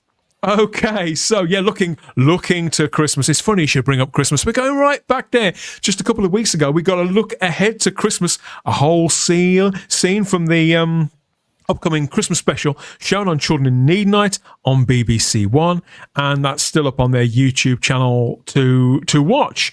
The full hour is less than a month away now, to be continued. Is anybody chomping at the bit? Can't wait to see what happens next. I don't know. So the special is called Joy to the World, or it could be called Joys to the World. I'm already very, very confused about this. But perhaps that should be expected, because story is the return of the timiest and wimiest of Doctor Who writers, Mr. Stephen Moffat. Now, we've got promo pictures, we've got a synopsis, we know a lot more about this story. Finally, Charlotte, and this is what you've been waiting for, isn't it? It's like, I can't know if I'm excited for it yet because you've shown me and told me next to nothing. So, with the fact that it's now launched and we have these glorious new promotional pictures and a synopsis for the story, are you feeling a little better informed now about what's coming on Christmas Day? A little bit more. Like, I've sort of got the basis of it, but I think in stereotypical Moffat form, you never quite know until you watch a Moffat episode what you're going to get. I tell you what, he looks good in that red coat. I like the red coat. That's great, his, like, variant, isn't it? It's crimson, isn't it? It's the same red as we just saw on Elizabeth Sladen's trousers back in the early 80s, come to think of it. Yes, and these are very sort of Troughton-esque trousers that he's wearing too, aren't they? Yeah. I feel like with this being Moffat, it's either going to be a lot of like fluff and camp and just sort of a bit of fun, because some of his Christmas specials were like that, and then you could get a Christmas special like his version of Christmas Carol, which was actually quite heartbreaking in bits and was actually quite sort of, it touched on the themes of death and sort of how much is life and how much do you live it, and those sort of things that really were tackled quite well, I think, and quite beautifully in that episode. So I don't know which Moffat I'm going to get. That's it. I count myself as a Moffat fan, and I can't argue with the logic of that either, John. But we do have this synopsis at last for this story. It says, when Joy checks into a London hotel in 2024, she opens a secret doorway to the Time Hotel, discovering danger, dinosaurs, and the Doctor. But a deadly plan is unfolding across the Earth just in time for Christmas. You know, I've said to you, I'm not watching it. It doesn't interest me. It just feels, I don't know, how can I put it? It just feels tired now. It just doesn't feel like it's going to be great again. There's just something about it. And the initial clips I've seen of it, it just doesn't. And for me, I can cope with it until Shooty walks into the room and then I start shivering. If you're not won over by the 15th Doctor now after nearly a year, does the ham and cheese toasty not swing it a little? Yeah, well, I think the turkey sandwich for me while I'm watching the Daemons or something like that on the day, that'll swing it for me. So I'll be okay. Are you allowed to say that on here? Turkey sandwich? Yeah. Oh yeah, good point. Thanks, mate. Yeah. There's something a little Stargatey about these posters. I think Anthony has the look of classic science fiction about it, and I think it is very, very Christmassy. The Doctor, obviously, results are going to vary on where people are with Shooty's Doctor at the moment. I think a lot of us, if we're not out in the cold, we still feel like we barely know him, and so I don't feel as reassured as perhaps I should now, a year into his era, seeing him again here on this scarlet carpet. How about you? Yeah, I would agree, Dan. And you know, my big problem, as I've mentioned, I think a couple of times, my big problem with the very first series with Shooty is that he, because of his other filming commitments, he was barely in it until the end, where he featured heavily. There were some episodes which were clearly because of the conflicting schedules with sex education. So it would be good to see him in this one and to hopefully play a full role. I'm not just looking at that poster. I haven't really looked at it too clearly or closely until now, Dan. Why is the TARDIS looking like that TARDIS teapot that you could get in the sort of couple of years ago? Why has it got a handle? Is it AI, Dan? I think I have a funny feeling that it's AI, because that Shooty looks way. Well, it's not. It looks like it's been superimposed. Actually, it looks like he was on a runway somewhere and they couldn't get him in, so they got a stand in and then they put his head on it. So yeah, it just looks really off. it really you can tell, Matt, as a designer as well. You know, you can really, you can tell that Ncuti and Nicola were not in the same studio. Oh yeah, having these taken the together. lighting is way off. Like, you know, it just looks like something he was on a runway or something, and they've gone that he wasn't available for the shoot, so they've gone and just superimposed his head, and it just looks really but we're artists and designers, Dan, so we notice these we things. pick up on this stuff. There's definitely some AI used on this, which I don't think I've been conscious of before. I think it's reasonably nicely done. I like the color palette. I think Nicola, her character transmits a little better than the Doctor's, ironically, but I think it's a decent enough poster. The images are quite cool as well, and thanks, as always, to the Black Archive for these images. Ncuti's sort of parachute pants with the Troughton patterning. We get a closer look here in this one. I'm amazed he's doing the whole granddad thing with his pants around his belly, you know? They used to call that the Simon Cowell, didn't they? But even Simon Cowell doesn't do the Simon Cowell thing with his trousers anymore. He's got braces, just like the Jodie Whittaker and Patrick Troughton Doctors wore. And Sylvester McCoy had braces for a little while, didn't he, Anthony? Just a little while. Yeah, just for in Time of the Rani, very early on, you can kind of see him pulling them in various photographs with Kate O'Mara and Bonnie Langford. Pictures like this are what restore my faith a little, because he looks heroic in this, Charlotte, to some extent. Well, here's what I'm wondering, and I'll ask Anthony this as well. I think maybe because he's not got a set companion, because this is him with a new character, I am hoping this is actually, they've taken the opportunity here and gone, he's not got Ruby, he's sort of by himself again. Let's really show his Doctor off. Let's really use the time that maybe we lost because of his commitments, because we couldn't have him in as many episodes. And actually, this is a good showcase for his Doctor. Do you think that could happen, Anthony, or am I being way too optimistic? Yeah, but I agree, Charlotte. I think that's my hope, that we get an opportunity to see a little bit more of him, because he's going to be in this episode, I would hope, full on Ncuti Doctor without Ruby. This is an opportunity for him to shine. So I would agree, Charlotte. I would hope this would be the case. Very, very curious. I mean, I just want to see my childhood hero, any hero, swagger back into this show again. It's not that I didn't see him in the last season. I did. It just wasn't anywhere near enough. Her costume is too Christmassy for Peter Harrington. She does look a little bit like a Christmas pudding. Bless her. But Dan, I think what he needs here, just to add to what you were saying, he needs a proper heroic moment. There were so many moments in that first series with him where I felt like, right, here's your chance. You can sort of get up there, have a bit of that energy of I'm the Doctor, move, or get out my way, or you're going to sort of regret crossing me.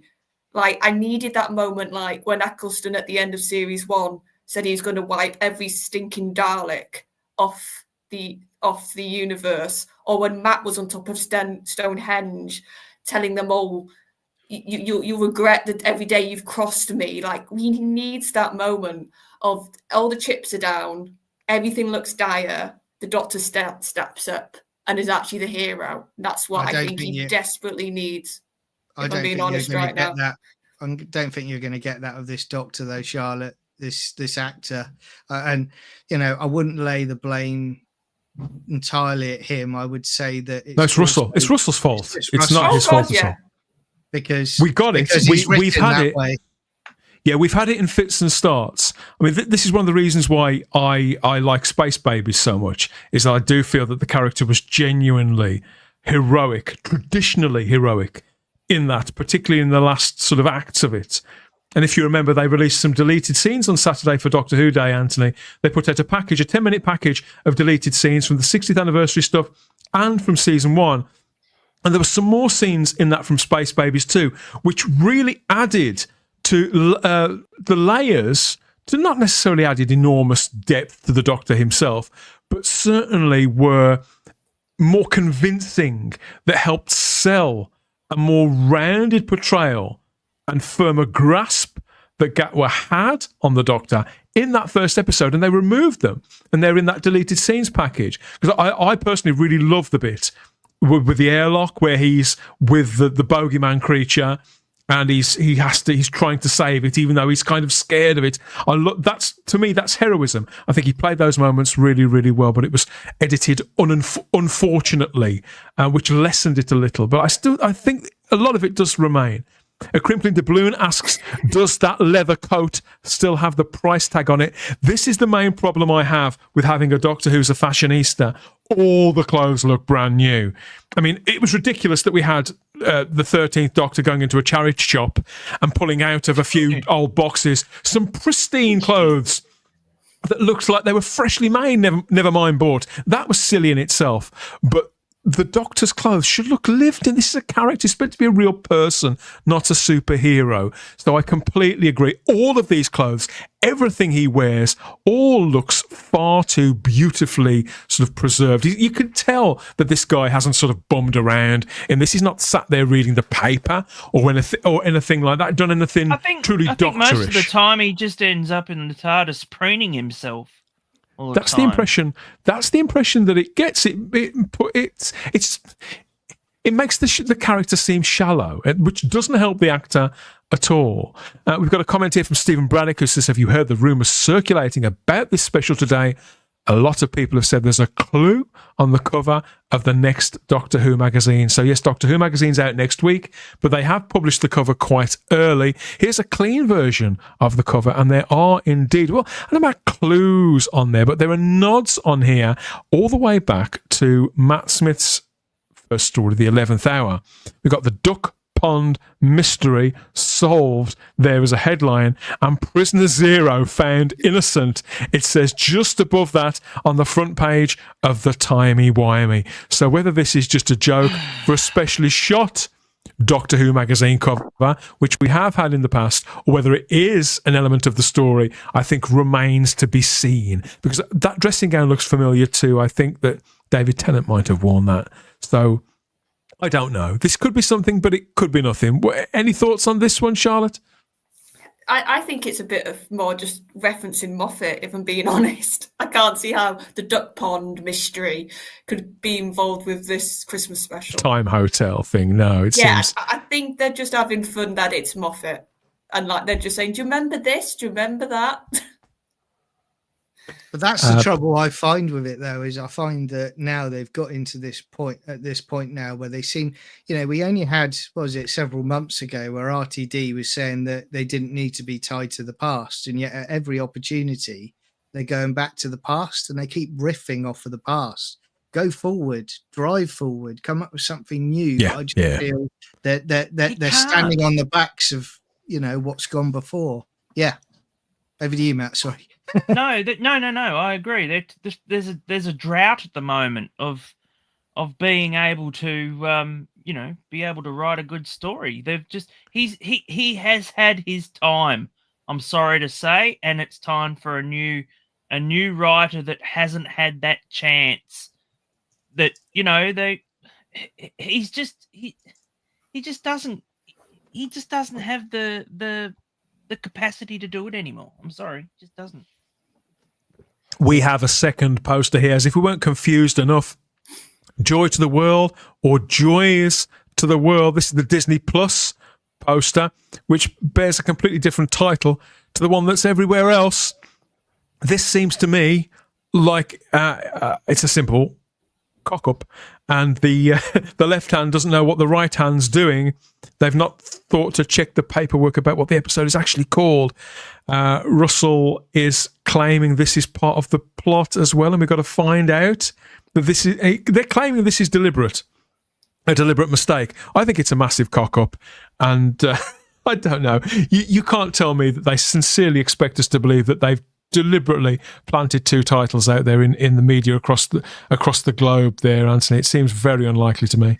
Yeah, very unlikely to me. And the first, like you, Dan, what you've just said, it just looks like a cock up, doesn't it?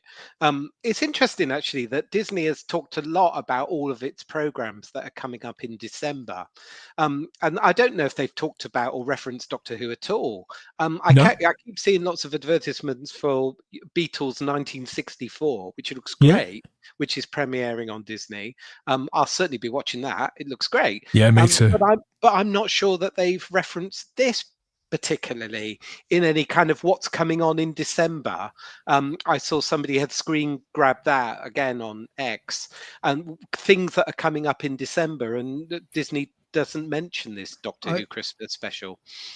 I think, Anthony, sadly, I hate to be the one to say it to everybody, but Disney just see Doctor Who now as yet another show to be content on their app. They see it as they're literally, they don't even give it a second's thought. They'll give a few minutes before, they'll go, oh, okay, coming up now, here we go, here's Doctor Who. But other than that, it's just something for people to skim through. I agree, John, and I feel as though, when we first heard about this partnership with Disney and RTD, and it was going to be amazing, there was going to be no breaks in production, it was all going to be fantastic. I just think Disney's kind of relationship with Doctor Who, as you're saying, John, it's kind of lukewarm. Yeah, it's lukewarm at best. We were told that this was going to be really great, and it felt great, but I just feel as though it's just lukewarm. So yeah, they've pulled back. I think they were burnt, because we said at the time they seemed to have more of a push for marketing before series 1. They had like those buses, it seemed to be more sort of out in your face marketing, and we were like, oh, why are we not getting that over here? It seemed very quiet. Literally, we didn't get any posters until like the 2 weeks when the series had been out, and suddenly then you saw the big iPlayer things. So I think they probably spent a lot of money in that first push, and they saw their figures, which we'll never properly know truly the figures. We get a chart at best for Disney, but you can sort of you can look at how Disney's acting now, and that makes me think it didn't do amazing. It didn't blow like anything, their socks off. It didn't do what they wanted. So now they're sort of just doing the bare minimum, it feels like. Yeah. I've got a comment here from Eggsy Trek Jedi in the live chat, Anthony, who asked something very specific. It's a slight rabbit hole, so I don't want to stay here for too long, because I think it's self-explanatory, really. But they ask, can Doctor Who return to the epic storytelling of the 11th hour? Now, in my view, this is a problem that the show, actually at the present time, a problem that the show hasn't got. The ambition to be epic. I think that the last series did have that. I think that The Legend of Ruby Sunday in particular felt very epic. I think there was a kind of an epic quality to the church on Ruby Road. So I think that is actually present. Where they're struggling with isn't the epic, isn't the grand, isn't the ambition.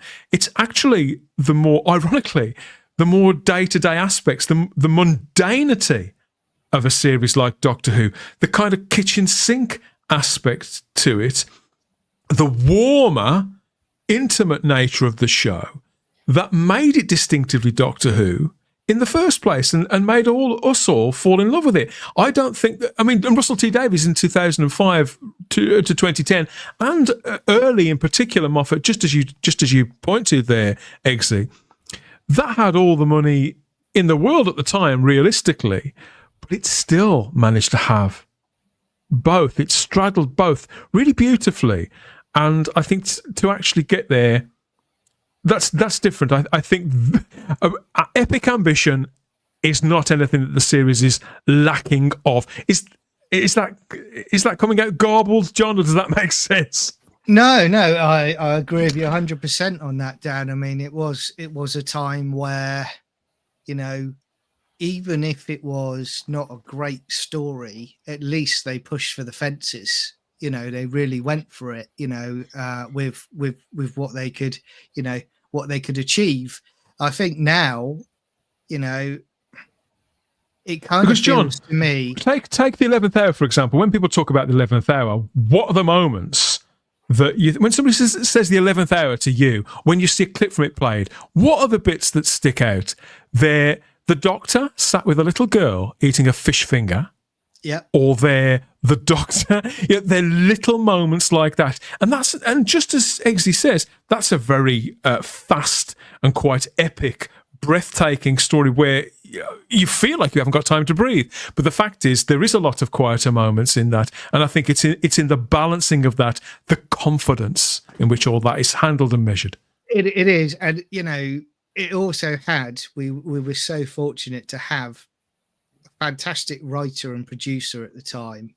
We then also had an actor that came through that I didn't know who he was before he got the role, who was just sensational as the Doctor from the first minute of that story. And I think they were really confident and they were believing in themselves that this is going to work. We're going to take this forward. Now, and this is only my opinion, they almost have this feeling of treading water, but there's also this almost arrogance where they think, oh, what we do is going to work no matter what. And that's why they did the changes that have been so controversial during this era. And again, this is why people have been turned off from it. If you go back to the 11th hour, I was still going into work and people were absolutely blown away by 11th hour. People who were sad about Tennant going, they were instantly over the moon with Matt Smith, just because of how he took the show. Like from that moment, he was the Doctor, and it's magical. It's great. I never get tired of Matt Smith's era, but there's something missing from this era, and I don't think it's about production and budgets because they keep stating they've got lots of money. It's about a sharp script. It's about an engaging actor playing the role of the Doctor. And I know, me and you have talked about it, Dan, we all have. I just haven't seen anything of Ncuti that makes me think that's the Doctor. And if I'm being honest, I miss that Matt Smith era. I miss that excitement of getting to a Saturday after a week at work and going, I've got my Doctor Who on the telly. I'm going to have a great night tonight. And I want it back. I'm selfish. I want it back. I think as well, just with the 11th hour, Moffat was so clever because he realised Matt's Doctor basically had to be stripped down almost in that first story. He couldn't have all his gadgets. He couldn't have the TARDIS. He couldn't be in a familiar surroundings because he knew people were thinking, oh God, you've got this kid. He's not going to be able to do it. There was a real, and I've said this before, I think because of how Matt's received now, people have forgotten how nervous and how ready they were to cut Matt down before he did an episode. People forget that now because the vultures were really circling for poor Matt at the time. They were absolutely circling for him. So Moffat did the best thing ever in that episode. He took away the Sonic. He put him in a village with nothing basically around. He wasn't in London. He wasn't anywhere close. He didn't have any allies. His companion spent half the episode fighting him and arguing with him and basically saying, you ruined my life. He basically gave him he made the job for the Doctor in that hour really hard and difficult. And he had to really prove and have, that's what I was talking about before. The Doctor needs to have that moment of almost going through fire and emerging as what we see as the Doctor. And the 11th hour did that. So by the end of that episode, doesn't mean everybody loved maybe that Doctor or the 11th Doctor, but everybody pretty much after that episode went, they've cast the right person. Yeah. And that's not happened for Ncuti. And I would also say, Charlotte, as well, that it was also a time where when you talk about Matt Smith, you didn't have comments in the public. He researched the part. He studied it. He crafted himself into that role, and he made it as good as he could do. And every time you heard him in the press, it was always a very measured, a very professional approach. And it was similar for me. It was similar to like Tom Baker, where he was the Doctor to kids outside as he was when he was on the story. When he'd see a kid, he'd play the Doctor for them, and that was what was so great about that moment as well. And I felt that Matt saw it Matt was one of those actors, in my opinion, that saw it. He didn't see Doctor Who as just a stepping stone. He saw it as a great role to play. And I think the Doctors afterward, not Capaldi, but Jodie onwards, they see it more as a stepping stone than they do of playing a fantastic part, Yeah, in my opinion. It's that excitement, isn't it? You could see it in that first interview. And I think that with Matt, because especially it was impressive with Matt because he wasn't a massive fan growing up. And he fell in love with the role by researching, which is just impressive in itself. And I think we're all just sort of hankering a bit for that time, aren't we now? He needs, to be convinced that he could do it. Whether he'll be, as I've said before, I feel that he's being mismanaged, and I think he's been mismanaged practically since day one. We've seen the kind of things that he wanted the Doctor to wear, and he wasn't allowed to go down that road. Heaven knows what they've shaped his performance as well. I think his instincts were right, his impulses were right, but he's being frustrated by bad management. Sadly, yes, and Matt Smith isn't anywhere near Doctor Who for the time being, but Stephen Moffat, the guy who cast him, is. And last Saturday on Doctor Who Day, it was he, rather than the current showrunner, that was representing the house, if you like. He was leading the official tweet-along, even though it's called X now, they still call them tweets. Leading the official tweet-along to the episode Boom in real time over on X. And this has led to sort of fresh speculation that he may return, that Stephen Moffat may return to the big chair and inherit the showrunner's position. I have to be honest, I think that's incredibly unlikely. I've seen nothing that convinces me that this is remotely possible or on Moffat's mind or something the Bad Wolf desire at all. Any idea where these rumours have come from? Have you heard them, Anthony? Yeah, I have. I've read them like everybody else, I suspect. It just seems the next logical progression. Because they're sort of fluttering around, but I can't seem to find where they've come from. Yeah, no, I don't know where they've come from, Dan, but yeah, they are fluttering around, aren't they? Those thoughts are out there. I guess, because Russell T Davies started it off and then Moffat followed him. I guess there's kind of this natural logic to some of that. I mean, if you'd said to me a couple of years into Jodie's time, for example, or into Matt's time or Peter's time, that RTD would come back and have another go, I would have said absolutely not. Yeah. And then here we are in RTD2, as it's called, and we're having another go. So I wouldn't say never ever. It feels like the next logical assumption, doesn't it, that he would take over again. I just feel as though, what Charlotte's saying, I think is absolutely right. It feels a bit sour, the Disney's relationship with Doctor Who. There isn't that advertising push for this Christmas one like there was for other series. So I would imagine that, the BBC would take it back after. I can't see Disney renewing. I have to say, I feel like that relationship is on its way out. I can see the BBC sour, doesn't taking it. Yeah, it does feel a bit sour. I can see the BBC taking it back, and yeah, I could see why then in that instance, RTD steps back and Moffat would take over. I understand the logic of that. Whether that's true or not, Dan, I have no idea. But that seems to be the perception. People like Stephen Moffat now, don't they? I think it's easy to forget. I didn't say the fandom hounded him out of that job, but they did give him a bloody hard time. I mean, not so much fair, me. Though, yeah, go on, carry on, Matt. No, I was always fairly moderate on Stephen Moffat, just like Charlotte was saying earlier on. I really loved some of the stuff he was doing. Some of it I really disliked, but there was plenty that I was indifferent to and happy to go along with. But some people really, really fucking hated him. No, it was the fact that he'd spread himself too thin. If you remember, he's spoken about that since, though, hasn't he? Yeah, but balancing Doctor Who and Sherlock, he feels that was a mistake. And well, that's what I said. Unfortunately, these sort of writers today have an ego the size of Toucan 2, and they just to be put down a peg. I don't want him back. No, I don't want him back. I want fresh blood. I don't think it's a solution at all. And he's coming across, Matt. He's coming across very, very well during things like that tweet along.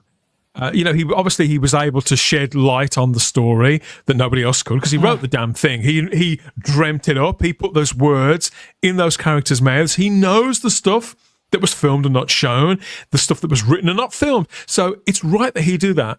And he can speak from a position of not being under any pressure at the moment either. So he could be his own self and not necessarily have to worry too much about towing party lines and PR. He could be his self-effacing, quite charming and really quite modest self. If you go back and read those posts on X, it makes for really lovely reading and people's responses are lovely as well. Obviously, it's all very official. It wasn't put together by Emily like the ones during lockdown, but it was quite nice and it was quite warm. Whereas the corporate side to it is anything but warm at the moment. And it's not something that I see Stephen Moffat as having a particular hankering to go back to. Not only has he got other commitments, he's rumoured to be going back to work with Peter Jackson again. If you remember, they did the Tintin film together about 13, 14 years ago. Apparently, they're going to re-establish their working relationship. So that would obviously be very time-consuming. But he's spoken a little this week about Boom itself. So in light of this, I find it even more unlikely. Stephen said, I was done after Boom. That was it. No more. My time is up. But then I get this email from Russell. He needs to get on with Series 2 and hasn't got the time to finish the Christmas special. Can I come and do it? Not complete it, start it from scratch. And I love Christmas, so of course I said yes. I know I've said it before, but this is my last. Done. Goodbye. I'm not doing any more. Now, don't get me wrong, Charlotte. I don't believe that at all. I don't believe that this is his last Joy to the World. But by the same measure, I think in light of this, it's very unlikely that a guy who's just put this out in the world is going to come back and fill the main chair. Yeah, no, these rumours have started to circulate, haven't they, again, about Moffat. And I don't quite believe him as showrunner because you could see how much he struggled with the BBC pressure of what he wanted to do and he couldn't do what the BBC were trying to force him to do. He's sort of politely spoken about that in the past. So you get the impression it was probably a lot more harder than he's let us know. So I don't see him being a showrunner. What I see as a possibility is maybe him not a showrunner, but maybe as a producer or maybe his production team maybe coming in to have some sort of say in the show, because then it's a different energy than Bad Wolf. Because we've said if you remember, we reported on this at the time, as I'm going to boast again, because there are lots of people who are watching us now that weren't then. We were unbeaten on the rumours at the time about what was going on Doctor Who. We got pretty much everything right, including the bit of information that we did get was that Bad Wolf was not the only company in contention to take Doctor Who as an independent. Heartswood was as well. Heartswood is Stephen Moffat's company, essentially. It's actually owned by his wife, Sue Virtue, and at the time was owned by her mother, Beryl Virtue, and apparently they were pursuing Doctor Who as well as Bad Wolf pursuing it. So who knows what his ambitions were then. We're going back 5 or 6 years here. So again, things are different now. The kind of the TV landscape's changed. Maybe what he would want to do has changed now. I don't know. I mean, I'm amused by the idea, because if you remember, Russell talked about this Christmas special we're getting now. Russell boasted about how he was halfway through writing that at Christmas. I'm writing a Christmas special at Christmas. Isn't it hilarious? Ho, ho, ho, and all that kind of stuff. And it turns out that special, he actually abandoned.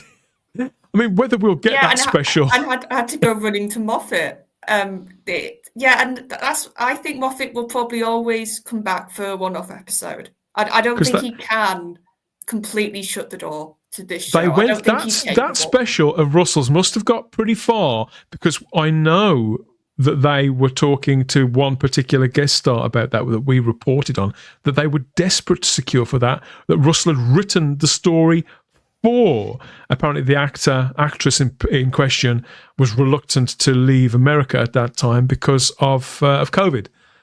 How they feel about it now, I'm not entirely sure, but it was on the cards that was going to happen because we reported on it. Yeah, so here's the thing. I would be up for him having some sort of producer credit going forward, even if it's just so he can be just one voice, not the showrunner, not the controlling voice, not the be-all and end-all, but just have one voice to steer about casting, for example, your doctors going forward. I'll give this to Moffat. He casts good doctors.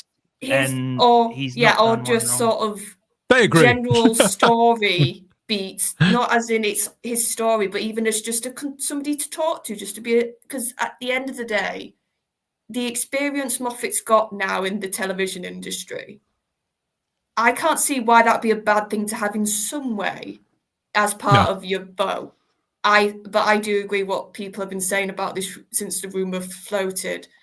It needs to be a new name.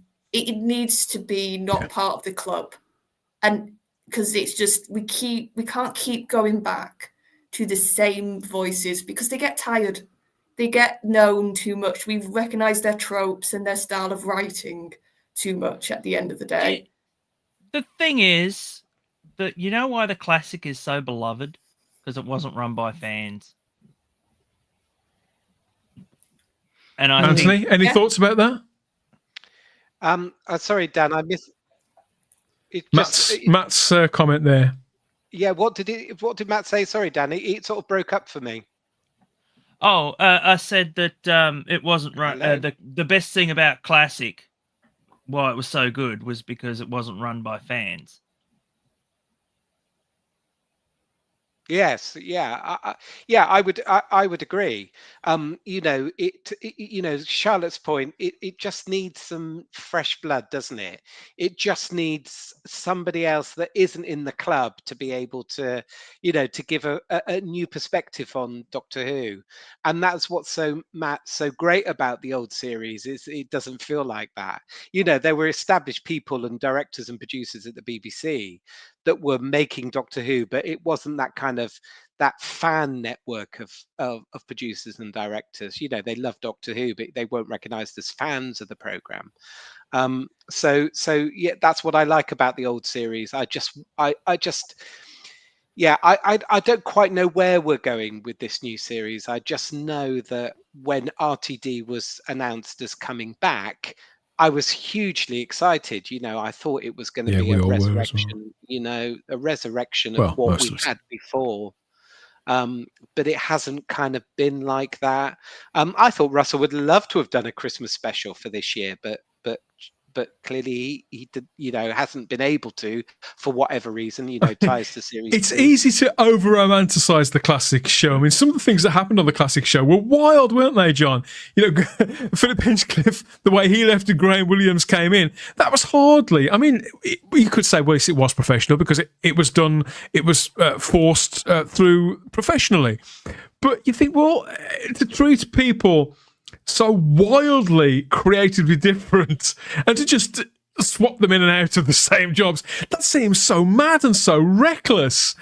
And yet what the guys say there, it does have this ring of truth about it. And I agree with him. I agree with what Charlotte said.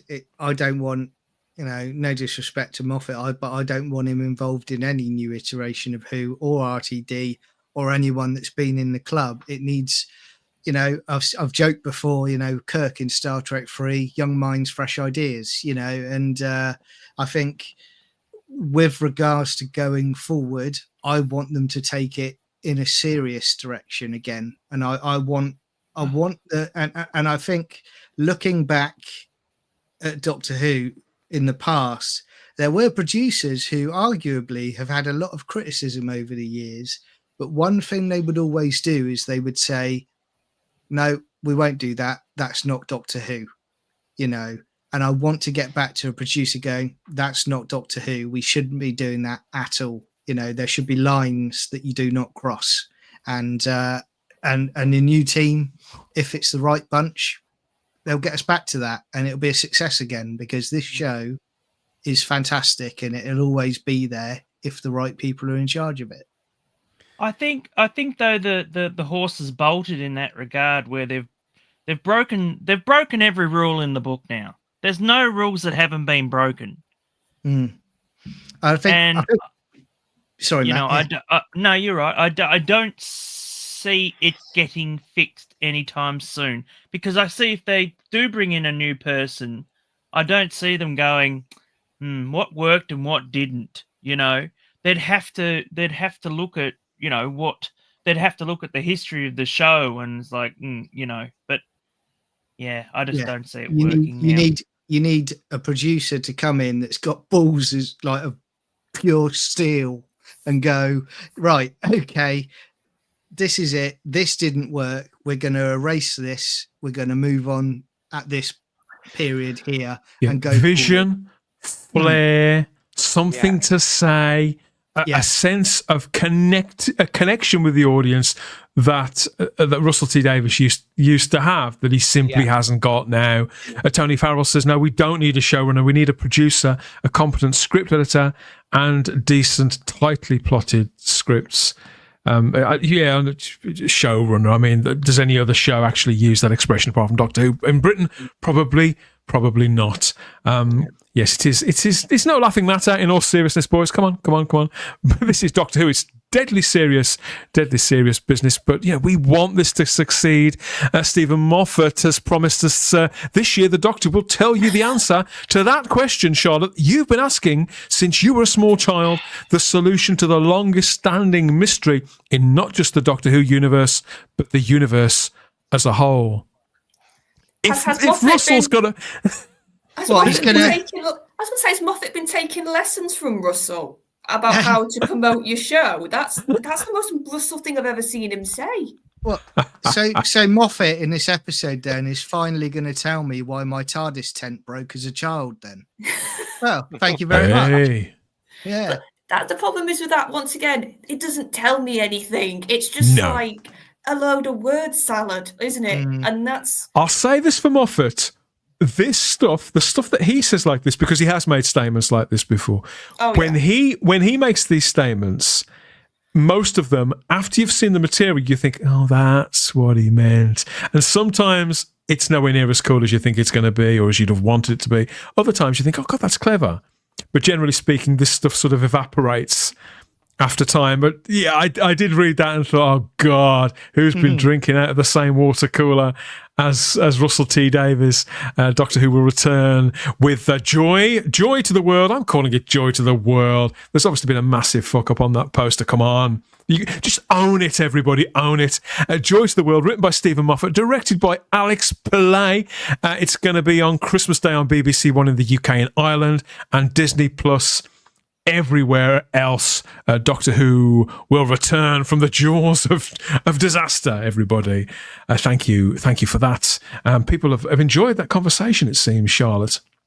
Yeah, and to be fair, I think the thing that I find the most interesting, because I do need to go in a minute, is even how we're like one series into a new era and we're already getting rumours about a new showrunner. New teams, new list.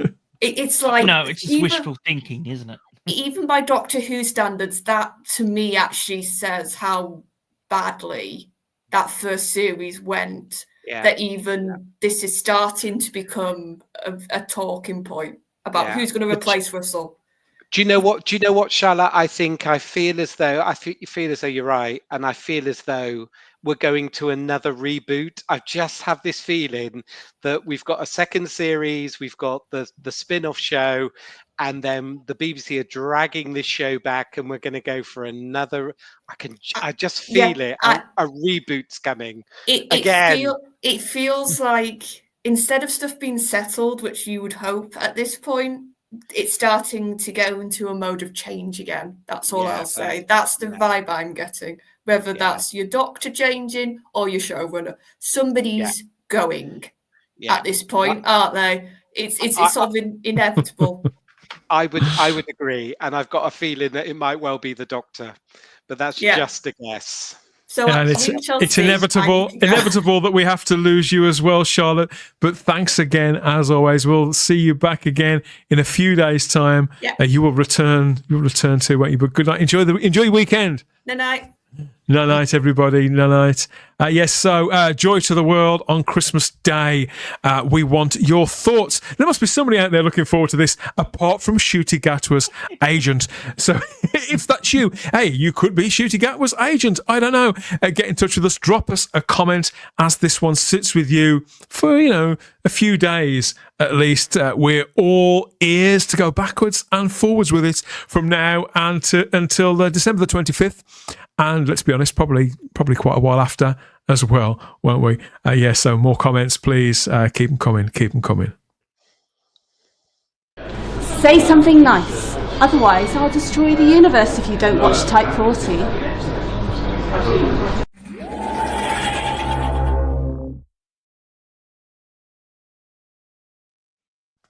Positively chilling. It seems awful to follow Charlotte with Missy, doesn't it? But that Missy was actually quite cuddly and quite nice. So thank you, everybody, for all the comments.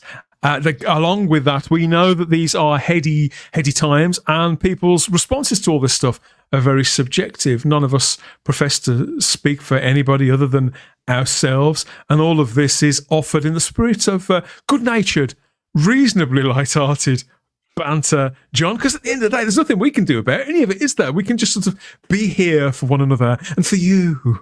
Yeah. It's group therapy, and we'll guide ourselves through it. And you've always got the box sets. You've always got those box sets.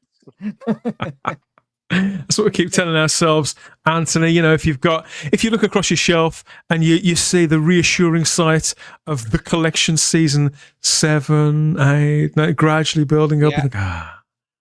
Yeah, it's not in the advert breakdown. I rummaged and go. I don't want to try. I don't want to go back over familiar ground. Which we've just talked about. This is the best ground. This is a ground. And I found Doctor Who and the War Games by Terence Dicks, and I had a look because I couldn't remember how did he tell a story of the War Games in a Target novelization, and there are 143 pages. So he did manage to condense in the War Games a 10-part serial into. I'm not saying they've done this for the television on BBC4, but he's told a ripping story in 143 pages. So I wonder if that's what we're going to get on December the 23rd. No, in all honesty, though, I don't wish to be flippant, and I certainly don't wish. I'm not trying to lessen people's fears, but I think the strength of a lot of these stories in the classic era, the bulk of them, in fact, when I look back, is that a great many of them, the backbone of the story, what they're actually about, can withhold a certain amount of not chopping away and editing so much as reframing in that way. And I think the Target novels do prove that really, really well. Terence Dicks, by his own admission, when he was writing some of the later ones, he was ruthless with it to get the story told, and he didn't want to disrespect the original writers of this stuff, because a lot of them were his friends and colleagues. So he would tell them in the most effective way that he could to meet the brief, so they could be enjoyed by the person paying their 85p, £1.25, whatever it was. And because the stories themselves, Matt, were actually about something, and the core of the stories were, just as Tony said, Big T said in the live chat a moment ago, that they were tight.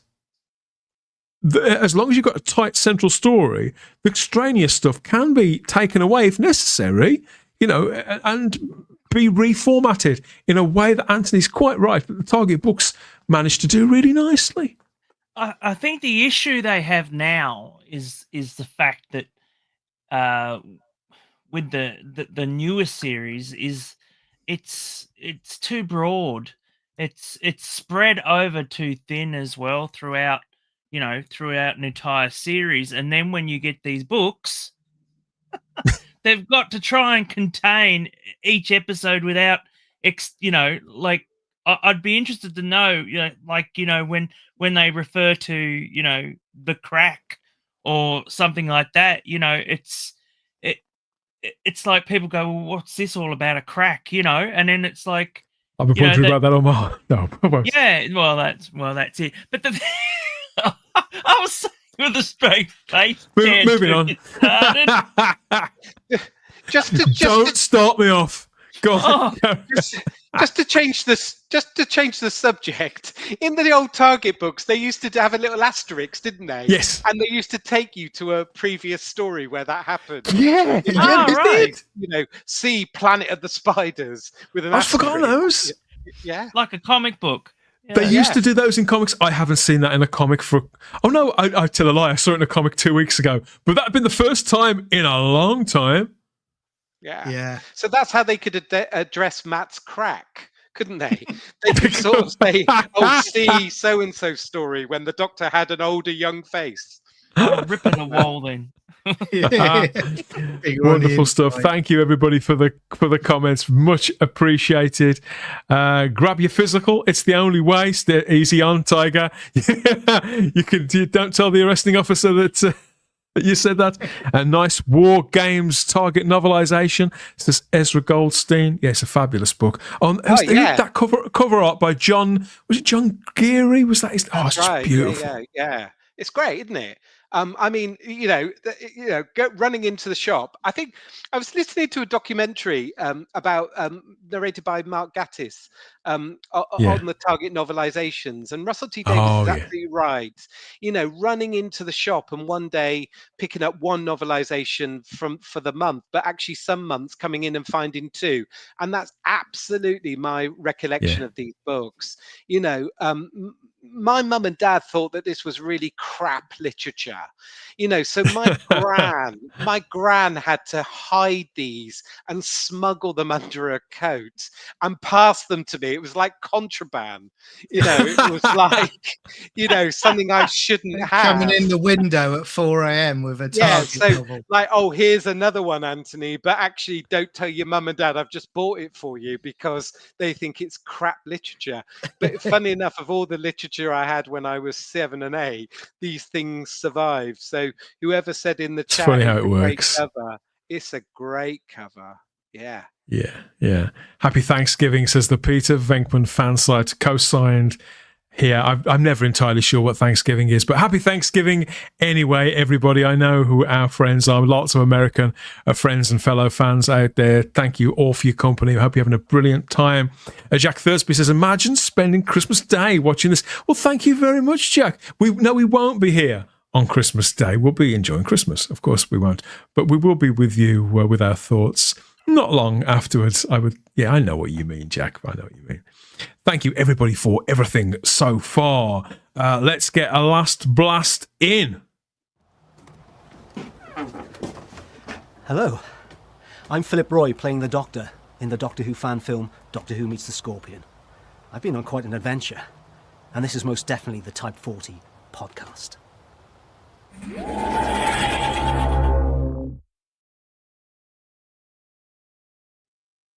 Cannot wait. As ever, we're rounding things off with a last look at the view screen with a regular eye up your temporal schism in search of the prettiest pictures from out there in the Whoniverse, of course. And we need your links. We need your fan art to fill up these big old walls of the time-space capsule here, so it can be traditional art or digital art, cosplay or crafting. It's all fair game to fill up these bare walls. And we have been greedy, and I think we've got a bit of everything on this selection. First of all, he was in the live chat earlier on. An embarrassment of riches from Daryl Joyce this week. My God, Daryl, you're going to have to come back and talk to us, mate. It's extraordinary, your output and innovation in the recent weeks. But the one that hit me the most at first was this piece celebrating 1988's Remembrance of the Daleks, not long out on Blu-ray, of course.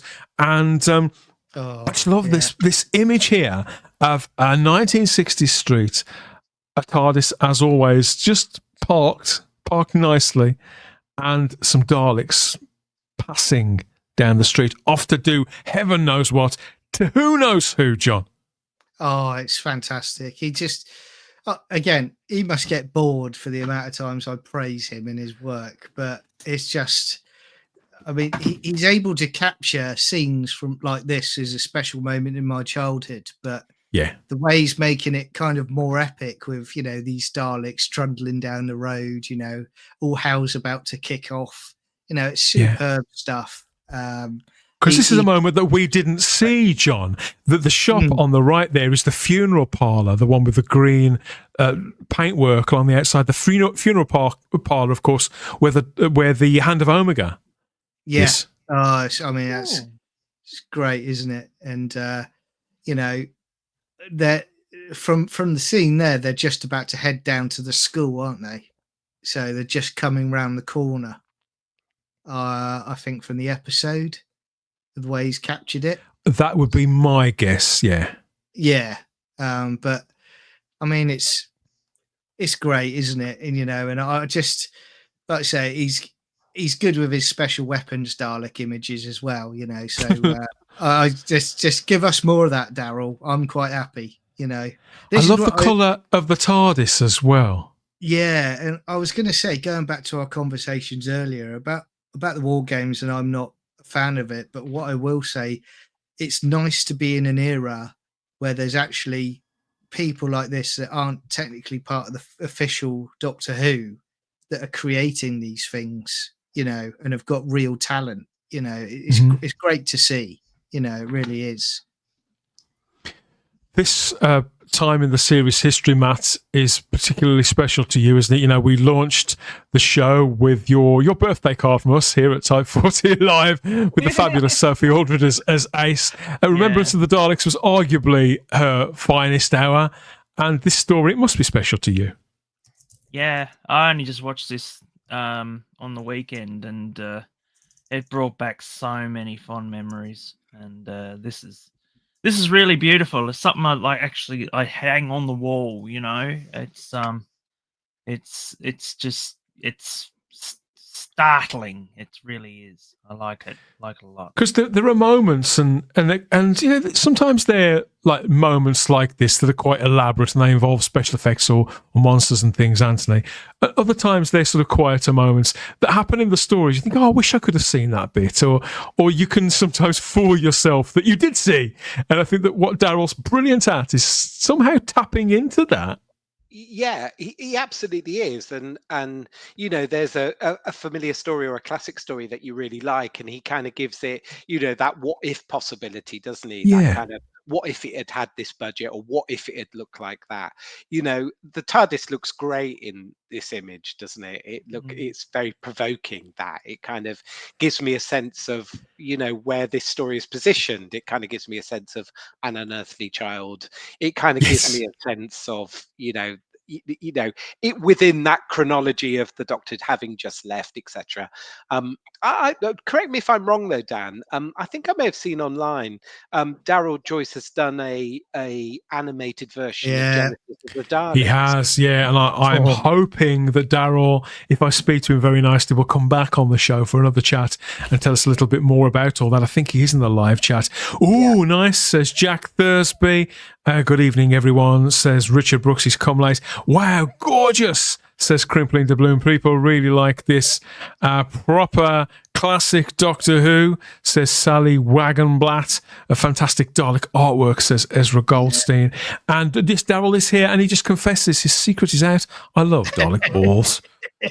I will say, you know, when I see this and when I've seen the clips that Daryl's put out this week, I would pay to see an animated series with Daryl. I was thinking the same. Me too. Yeah. Without any hestation, I would be buying them off the shelves. Yeah. Yeah. Oh my God, Daryl, that missing scene is absolutely sublimely epic. There's Stephen Braddock, and we've been the Doctor Who is in the chat. Just got in from his panto rehearsal. My favourite Dalek livery. Well done, Daryl, says Philip Roy. We've just played your trailer, buddy. We've just played one of your videos there. You just missed it. We'll play it again later. Is that a Sugar Puff sign on the left?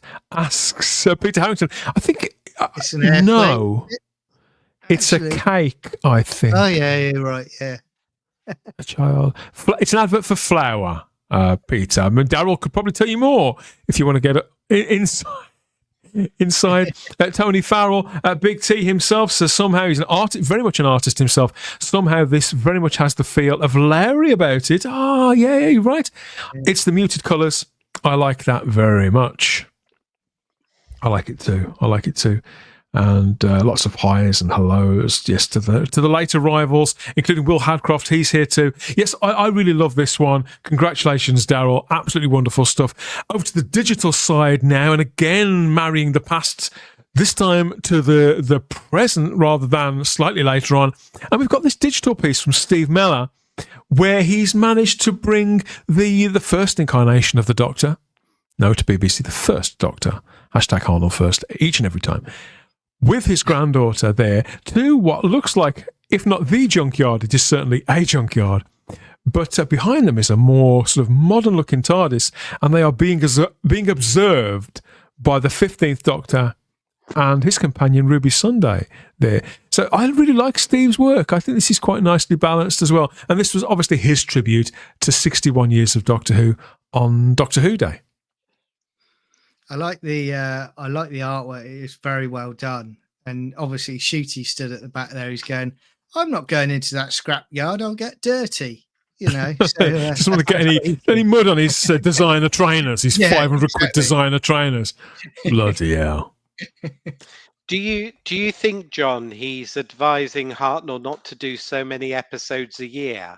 And is he looking on in admiration, like, bloody hell, you go out every Saturday and I'm lucky to turn up in an episode if you're lucky? Yeah, He's probably trying to convince him to wear a skirt. I don't know. Yeah. The key to longevity, Bill, is Dr. Light episodes. Dr. Light episodes. Yeah. And why are you wearing always the same clothes? Why don't you do something different and wear something different like I do? Yeah, you don't think he's going to teach him to do a death drop, do you? Oh, my God. And we've got a comment. Jack Thursby says, this is great. Might need some cropping, though. Actually, I'm just kind of hoping Hartnell would just slap him. A beautiful picture of the Doctor and Susan and Stephen Braddock. Oh no, it's what it's meant to symbolise. It's oh dear, oh dear, oh dear. Oh, you mean metaphorically? Okay. Yes, of course. We've got the swirling mists of time above, and 1960s rooftops and an alien landscape. And doctors and companions from the present and the distant past. So I like all that stuff. I like the synergy of it again. I do. Next up, we've got this cartoon. Slightly different again. Traditional mixed with digital. The work of Grant Perkins. We had one of Grant's pieces on a couple of weeks ago. One of his sketch cards. This is completely digital. His take on the Paternoster Gang, which really made me laugh. Characters that I'm. God, this must sound terrible. Stephen Moffat, if you're listening, don't take it personally. I'm a little bit indifferent to the Paternosters as well, but I know that there's a massive fan base out there for them. People who love the audios and wanted the live action show and all this sort of stuff. And whilst I don't feel that, seeing this has made me miss them after it's been nearly 10 years since they last appeared on screen. Nice image, isn't it? You know, I haven't missed them, I'll be honest. I hadn't until I saw this. I remember that they were fun. When Doctor Who used to have fun recurring characters. Yeah, I mean, I like the Christmas invasion. I did like that one. I thought that was quite good with them. But other than that, I wasn't really a fan of them. But I like the way that he certainly kind of captured a bit of Strax's, humour. With the cheesy smile, just about to shoot someone in the leg by accident or something. I think it would have worked better if it hadn't been the love story and plus Moffat being Moffat, where he killed them off very early on and then brought them back. It's just yeah. But yeah, no, I like it. It's my sort of style. It's great. What do you think about the suggestion here from Crimpley and Doubloon that it looks almost Cosgrove Hall in style, Matt? Because to be fair, it's this stylised. Grant's style isn't for everyone. No, Cosgrove Hall They did Danger Mouse, didn't they?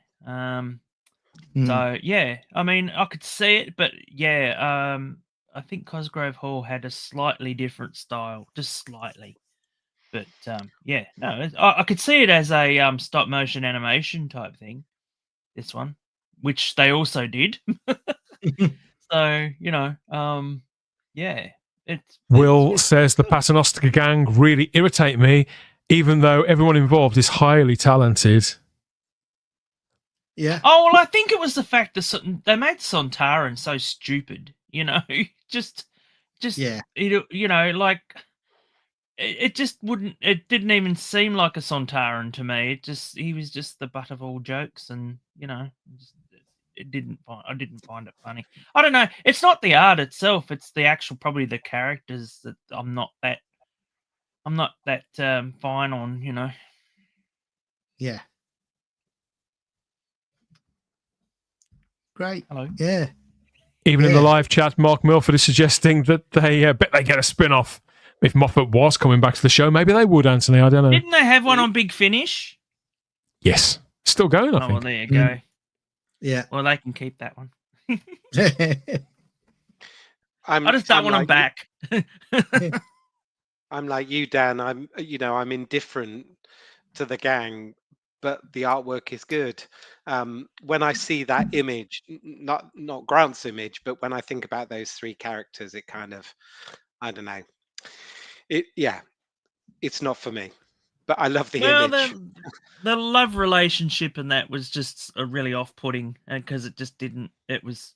He thought he was being like Moffat thought he was being smart, as he always does, and it just didn't. Didn't feel enough, did it? The development of the characters. I don't think they've done. Oh, it's creepy as well. I was going to say, Matt, I don't think they've done the Sontarans very well in the new series. Oh, no. I just don't think they're very well served. So you've got comedy stracks here. I don't know. Well, they're all quite comedy, aren't they? They actually took more of the piss out of them, really, during the entire new series, where they were calling them potato face, and all these things, and it never ever occurred in the original. They took it seriously. You're right. I mean, you look at the Time Warrior and just how scary Lynx is, how sinister he is. And then when you look at the Sontaran experiment as well, and just how the humans are being used as subjects. I mean, that's the Sontarans, and I just want to see that again. I don't necessarily need to see hundreds of them. I mean, I'll go back to Daryl's animation, but I saw in a week, he's got, what is it, all the images, he's got a Sontaran with knives outside his crash ship, and there's Rootons coming towards him, and I was like, yes, give me that. Come on, it's not that difficult. Do it. Will Hadcroft says, I got weary of comedy Sontarans. It got to the point where they were all comedy Sontarans, wasn't it? Well, they one of ended up Whittaker's in best Jane, stories. They did. And that actually worked quite well in that. It was one of the more serious efforts. It was for kiddie. It was very kiddie and comedy, One of Whittaker's best stories is not up against much competition, but I'll go with it. One of Whittaker's best stories is War of the Sontarans. Of course, you're quite right. With the potato heads, we're back to their warmongering. Chibnall but they like managed to retrieve some of the appeal. Yeah, there was still some silliness in there, but he did restore some of the menace, some of the threat, and the appeal of the Sontarans. It was always a little too late, too late for me, anything Chibnall orientated, but I agree with the crux of what you're saying. Yeah, I mean, Dan, there was some really good imagery, wasn't there? Sontarans on white horses, that kind of But it's interesting because I was in the gym this afternoon and I saw an advert on BBC TV about, time traveling, and the TARDIS was in there, and they showed a clip of a Sontaran from Flux.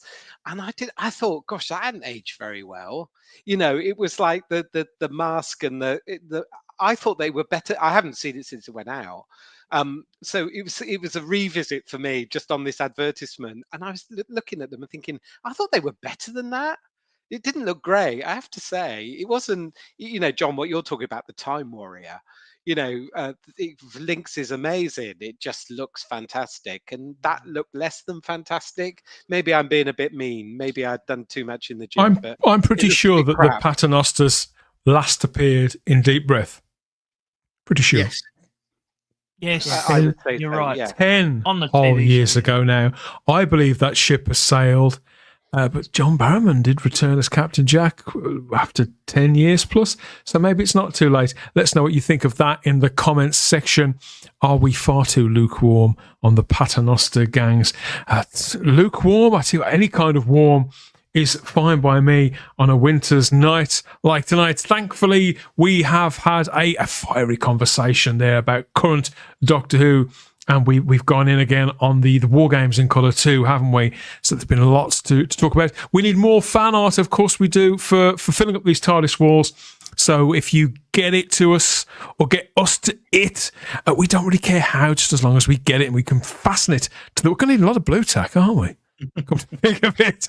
Maybe the Doctor's got a gadget of some description or another. There's another kind of tack from Gallifrey that we can use. So yes, you can get it to us through our social medias. That's Instagram and X at Type 40 Doctor Who there, or you can simply come and join us in the Type 40 Facebook group and trade artwork and trade blows in the cut and thrust of debate and conversation, just like these two guys have been doing for decades now.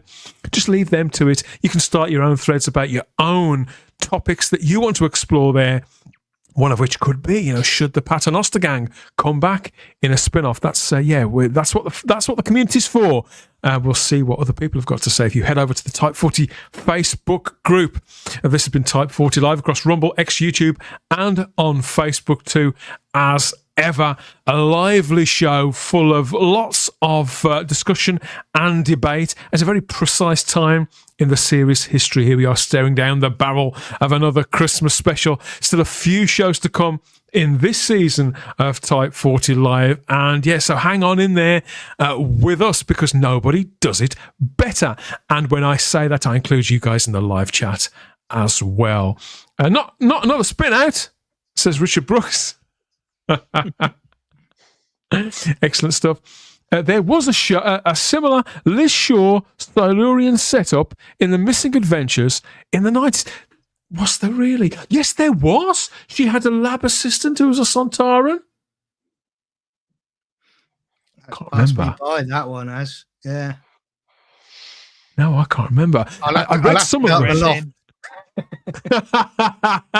Just send John up to the loft in search of a bit of trivia. Data mining. I'm sure somebody will come back to us with that. We've got fans of Shakedown in the live chat. There's a whole show in that Shakedown and Downtime. Kevin Lindsay, the late, great Kevin Lindsay, who will always be, I don't think he's ever really been matched as a Sontaran as the others. And I've liked some of the others here and there. Results may vary and all that, but that's very much what it's about here at Type 40 Live. We all, you may go for the lemon curd, you may go for the jam. There are no wrong answers in that respect, and there aren't when it comes to Doctor Who either. You can find all opinions here at Type 40 Live. And my thanks, as ever, to Charlotte Shields for her wicked company. I do hope you enjoy the musical, Charlotte, when you catch up with it. And she'll be sure to get back here to fly back to us. She'll probably be painted bright green by the time we next see her, Anthony, and cackling away. It'll have really gone to her head. Yeah, she'll be doing the big numbers. Yes, so, we'll have her back, of course, next time. Anthony, as ever, thanks for coming. It's been a couple of weeks since you were on, hasn't it? You were away on manoeuvres. Yeah, I won't be here next week, but hopefully be back the week after. But always enjoy it. So thank you so much. You've got to be back the week after. That's the big Christmas party. You've not been on one of those before. Start drinking. I'm looking forward to it. I've got my port already and my cigar. Yeah, you might want to put in an order at the offie. Get it delivered. It's in. Because that's coming up so that's at least 2-3 more other shows, and we've got lots of other things that may or may not happen. Matt's waving something at me. No, thankfully, my thing keeps not moving. that. My boom keeps moving, and I'm boom. I'm sorry. Yeah, my boom keeps moving. Look, it just keeps flopping back. Anyway. What a great big kid. Happy 50th birthday to our mate, the one and only Matt Pott. So, yeah, obviously it's the day after your birthday now. I'd like that as a Christmas present now. Well, we'll see what we can do. I mean, we need a big jiffy bag to wax Sophie. Myself in front of Sophie, yeah. That's enough for me to remember. Never mind, mate. Thank you. So what have you got planned for your next couple of days, your weekend? Recovering from that picture. Yeah, well, I'm packing because I'm heading off next week. I'm going over. Yeah, I'm going travelling for a couple of weeks, so I'm going to Melbourne. Marvellous. So. Yeah. Fantastic stuff. Off to the mainland. Off to the mainland, yes. Had your jabs? We don't have to do that, but anyway. I wouldn't be surprised. It's one of the wokest cities in the world, so looking forward to it. Oh, well, yeah, we're gratified that you've spent some of the day after your birthday here with us, Matt, and obviously, you know, we've had a laugh, and we'll no doubt have more as the weeks and months go on. Thank you for your company. John, great to have you on the show as well, mate. What have you got planned for the weekend? Anything you can speak of, or is it all a bit hush-hush? Oh, well, this weekend I'm actually going to have a lazy one this weekend, and I am actually going to watch some Doctor Who.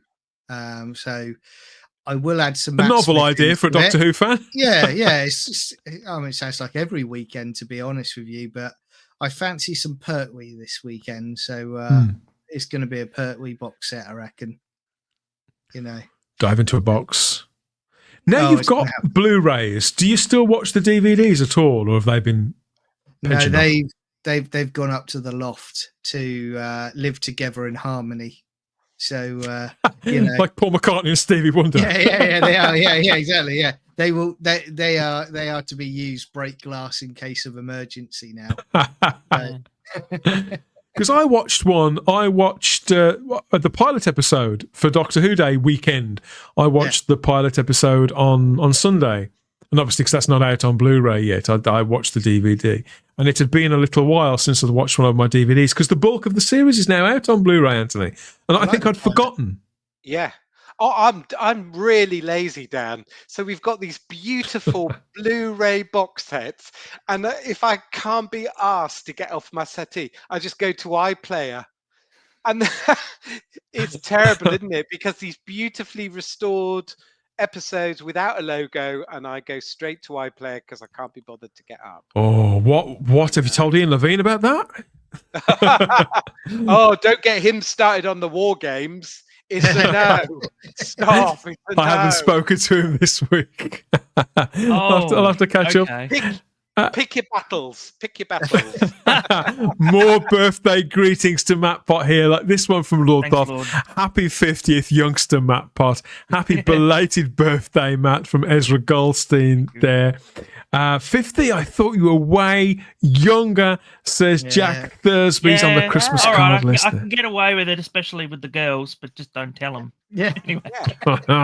Marvellous stuff. Talking about pulling, we've got to pull this now, pull the crank handle and shoot off back into space and time. We will be back here, same time and space, sorts of, with more hot takes, pet peeves, rants and raves on Type 40 Live with our panel. Who knows who it will be, who will make the bench next time. The only way you can find out for certain is to make sure you are here. I'm smiling because I know what the next show is going to be. It's an absolute cracker, and I can't wait to see the look on Simon Horton's face.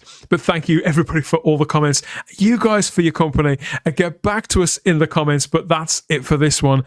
We always have the time if you have the space here at Type 40 Live. Of course we do. It's getting colder, but we'll be with you right the way till Christmas and the new year. Take care. Bye-bye. See ya. Bye.